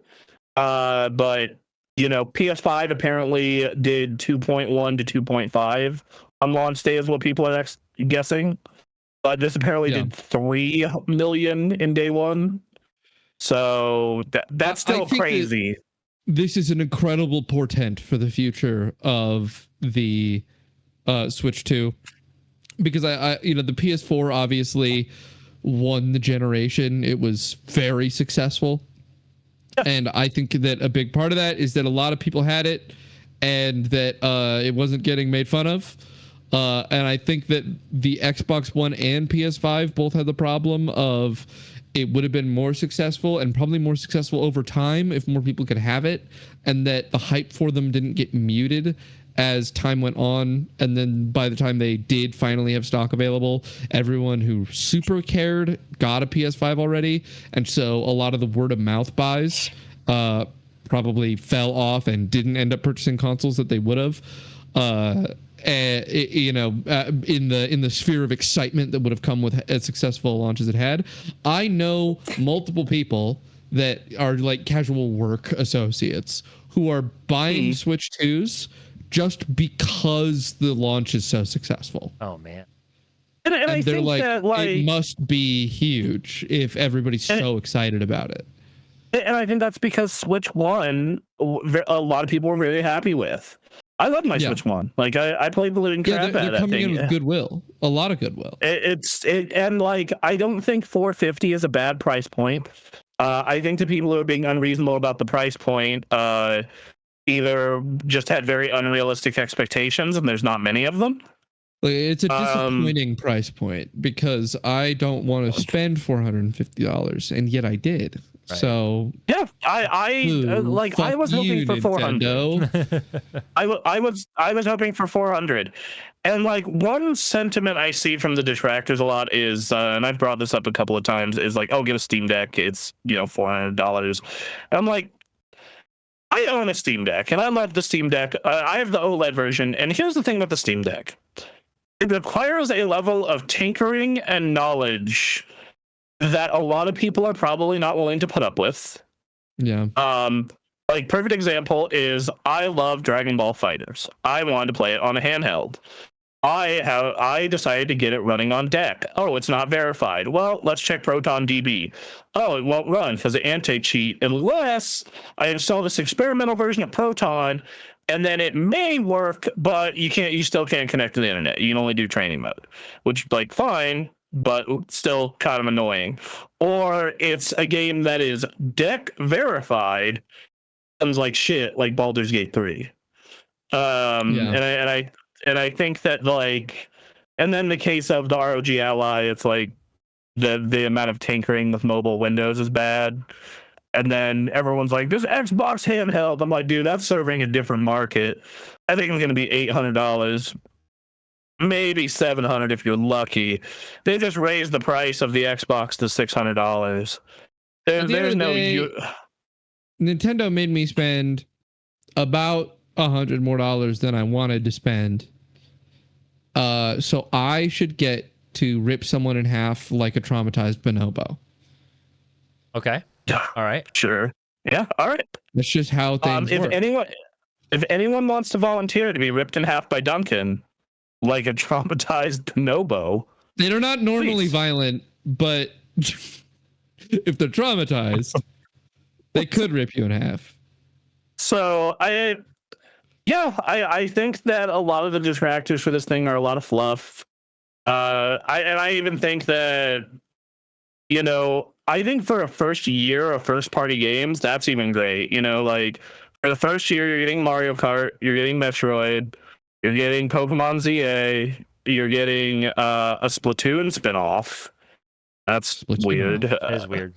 And then there's one other game I'm forgetting. Oh, and you're getting Donkey Kong, and then all those Switch 1 upgrades. Like, Mario Odyssey looks amazing. Awakening looks great. I think that, and I actually never got to play Kirby in the Forgotten Land, so I'm actually super stoked for that port. So, yeah. I think it's great. I think they did it, when I was thinking about Switch 2 years ago, it's like, what would you want? I want full backwards compatibility with possible upgrades. I want a more powerful system on a better screen. And I want the Joy-Cons to be more comfortable. Well, golly gee, they've checked all my boxes.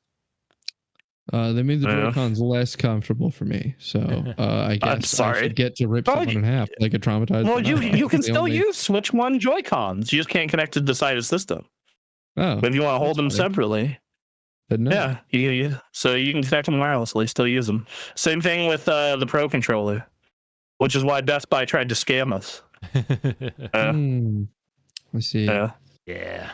So, yeah, Aaron, what about you? How you feeling day one? I mean, day one, how are you feeling? I like the console. I wish they had done some things a little differently for it being a new console, but at least I'm speaking purely like the user experience on the inside of the console. It being a better Switch is fine. I'm totally down with that. Like, they really struck gold with what they have with the Switch. It being more expensive, I'm not thrilled about it, but it is what it is.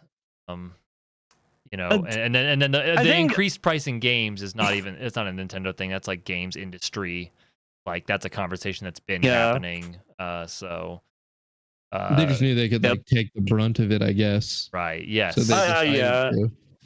And then I think Nintendo is like very much sitting here going like, okay, like we can take we can take this brunt because of how strong the Switch 1 was, which is true, because like dude, the best selling game on that system sold 70 million fucking copies. Right. Yeah, like that's nuts. That Nintendo has like some of the most cash reserves of any company in Japan. They are insanely cash flushed, specifically because of the Wii U and the terrible cursed year of Luigi, where they lost so much money that they realized that they need to have enough money for a huge console release to completely bomb and still survive. And they like, if the games being $80 hurts them for a while, they can weather the storm. They have the money to do so, and eventually all of their games selling for $80 will make them more money, and so they have to do it at some point. So I actually have a question about the $80 thing, and we'll call it at 10:30. So I guess my question about that is like, Nintendo's games are not known to have like microtransactions. When they do have DLC, it's typically pretty needy. Their games outside of Pokemon Scarlet and Violet and Pokemon in general are glitch free and have a shit ton of content. Like, importantly, they don't 70 make hours. Pokemon. Yes. So like, I'm sitting here going like, I'm willing to pay $80 if the studios charging $80 are doing those things. Like I'm I get it. Like, I make more than the median income in the country. I have fairly low, housing costs. Other than if something breaks, then it costs a lot of money. Like I'm in a good state.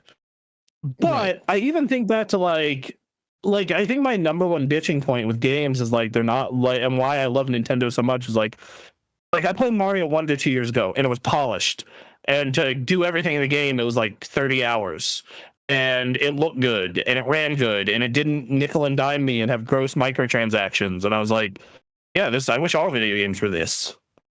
It didn't have if Elder Scrolls 6 came out, it was $80 and it had a very complete experience and no microtransactions, I would be happy with that price. I think back to Mario Odyssey. Like, Mario Odyssey is legitimately, if you want to see everything, it's like a 40-hour game. It's fully polished. It looks amazing. There's no monetization linked to it. They don't do the Sony thing where there's a digital deluxe edition where we cut out some of the skins so you'll pay us $10 extra. And I think that all those things, like that's the thing I'm willing to tell publishers is like, I will pay $80 if you release a finished, polished product with good value. I'm okay with that. Like, I got Mario Kart 50 because I got part of the bundle, and like, if I would not be mad if that game was $80 because I played 25 goddamn hours of it in 4 days, and quite frankly, I might be willing to. I'll probably be playing it a lot more. And I'm gonna be real. After doing Knockout Tour with you guys and Anthony, I want to set up a Knockout Tour night with us and some of the community. Be fun. That'd be fun. So badly. Yeah. So. Rap. Yeah. The end of that. I think that went well for me with the Mario Kart. I was better than you guys, and so I get to feel good about myself.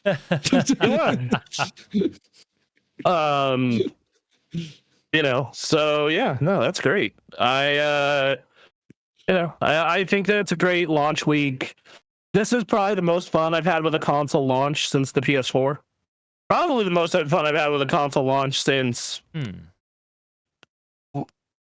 probably the Vita. Oh Lord. Like 2012. Because like I bought a Vita with like 5 games, and I was like whipping through them, having a great time, checking all the features. Like this similar case here. If that mouse gets Noita on this console, it's worth $1,000. I don't know. Splatoon 4 is gonna come eventually. Splatoon 4 with mouse control. Yeah, that'll be something. That'll be something. That would be. That's gonna be else, man. And then of course we have Metro. I'm super excited for Metroid Prime 4, if not for any reason besides the fact that we are going to be getting I want to see what full like mouse support looks like in a game that is fully designed for it for this system. Yeah. So this game's update comes out in 2 days. Yeah. So did they say in that thing that it gets a mouse support? It does not get mouse support. It gets pretty graphics. It gets prettier graphics, and in the areas where it was really chunky, it is no longer chunky. Oh, yeah, there's no mice in this game. It's all squids. All squids and octopus, octopi, and a manta ray. And a single manta ray. Don't forget the manta ray. Yep. So, yeah. Anyway, Twitch 2, guys. That was sick. That was it. That was fun. Thank you guys for joining us for this this wonderful super show. We'll be back. We'll be on Discord, so if you want to join Discord, talk video games with us and all that, feel free to do so. We're gonna be posting videos on YouTube. You're gonna be looking at a YouTube video coming real soon here, so keep your eyes out for that. And subscribe to the YouTube, or I will tear you in half like a traumatized bonobo. It's you actually that's getting torn in half like a traumatized bonobo. So yeah. Yeah, and we're gonna be uploading this as clips next week. So if you don't wanna watch this whole 3.5 hour long monstrosity, you don't have to. Yay! Wonderful. All right. Thank you guys. May E-Beef be with you. E-Beef be with you. Goodbye. Bye. Y'all.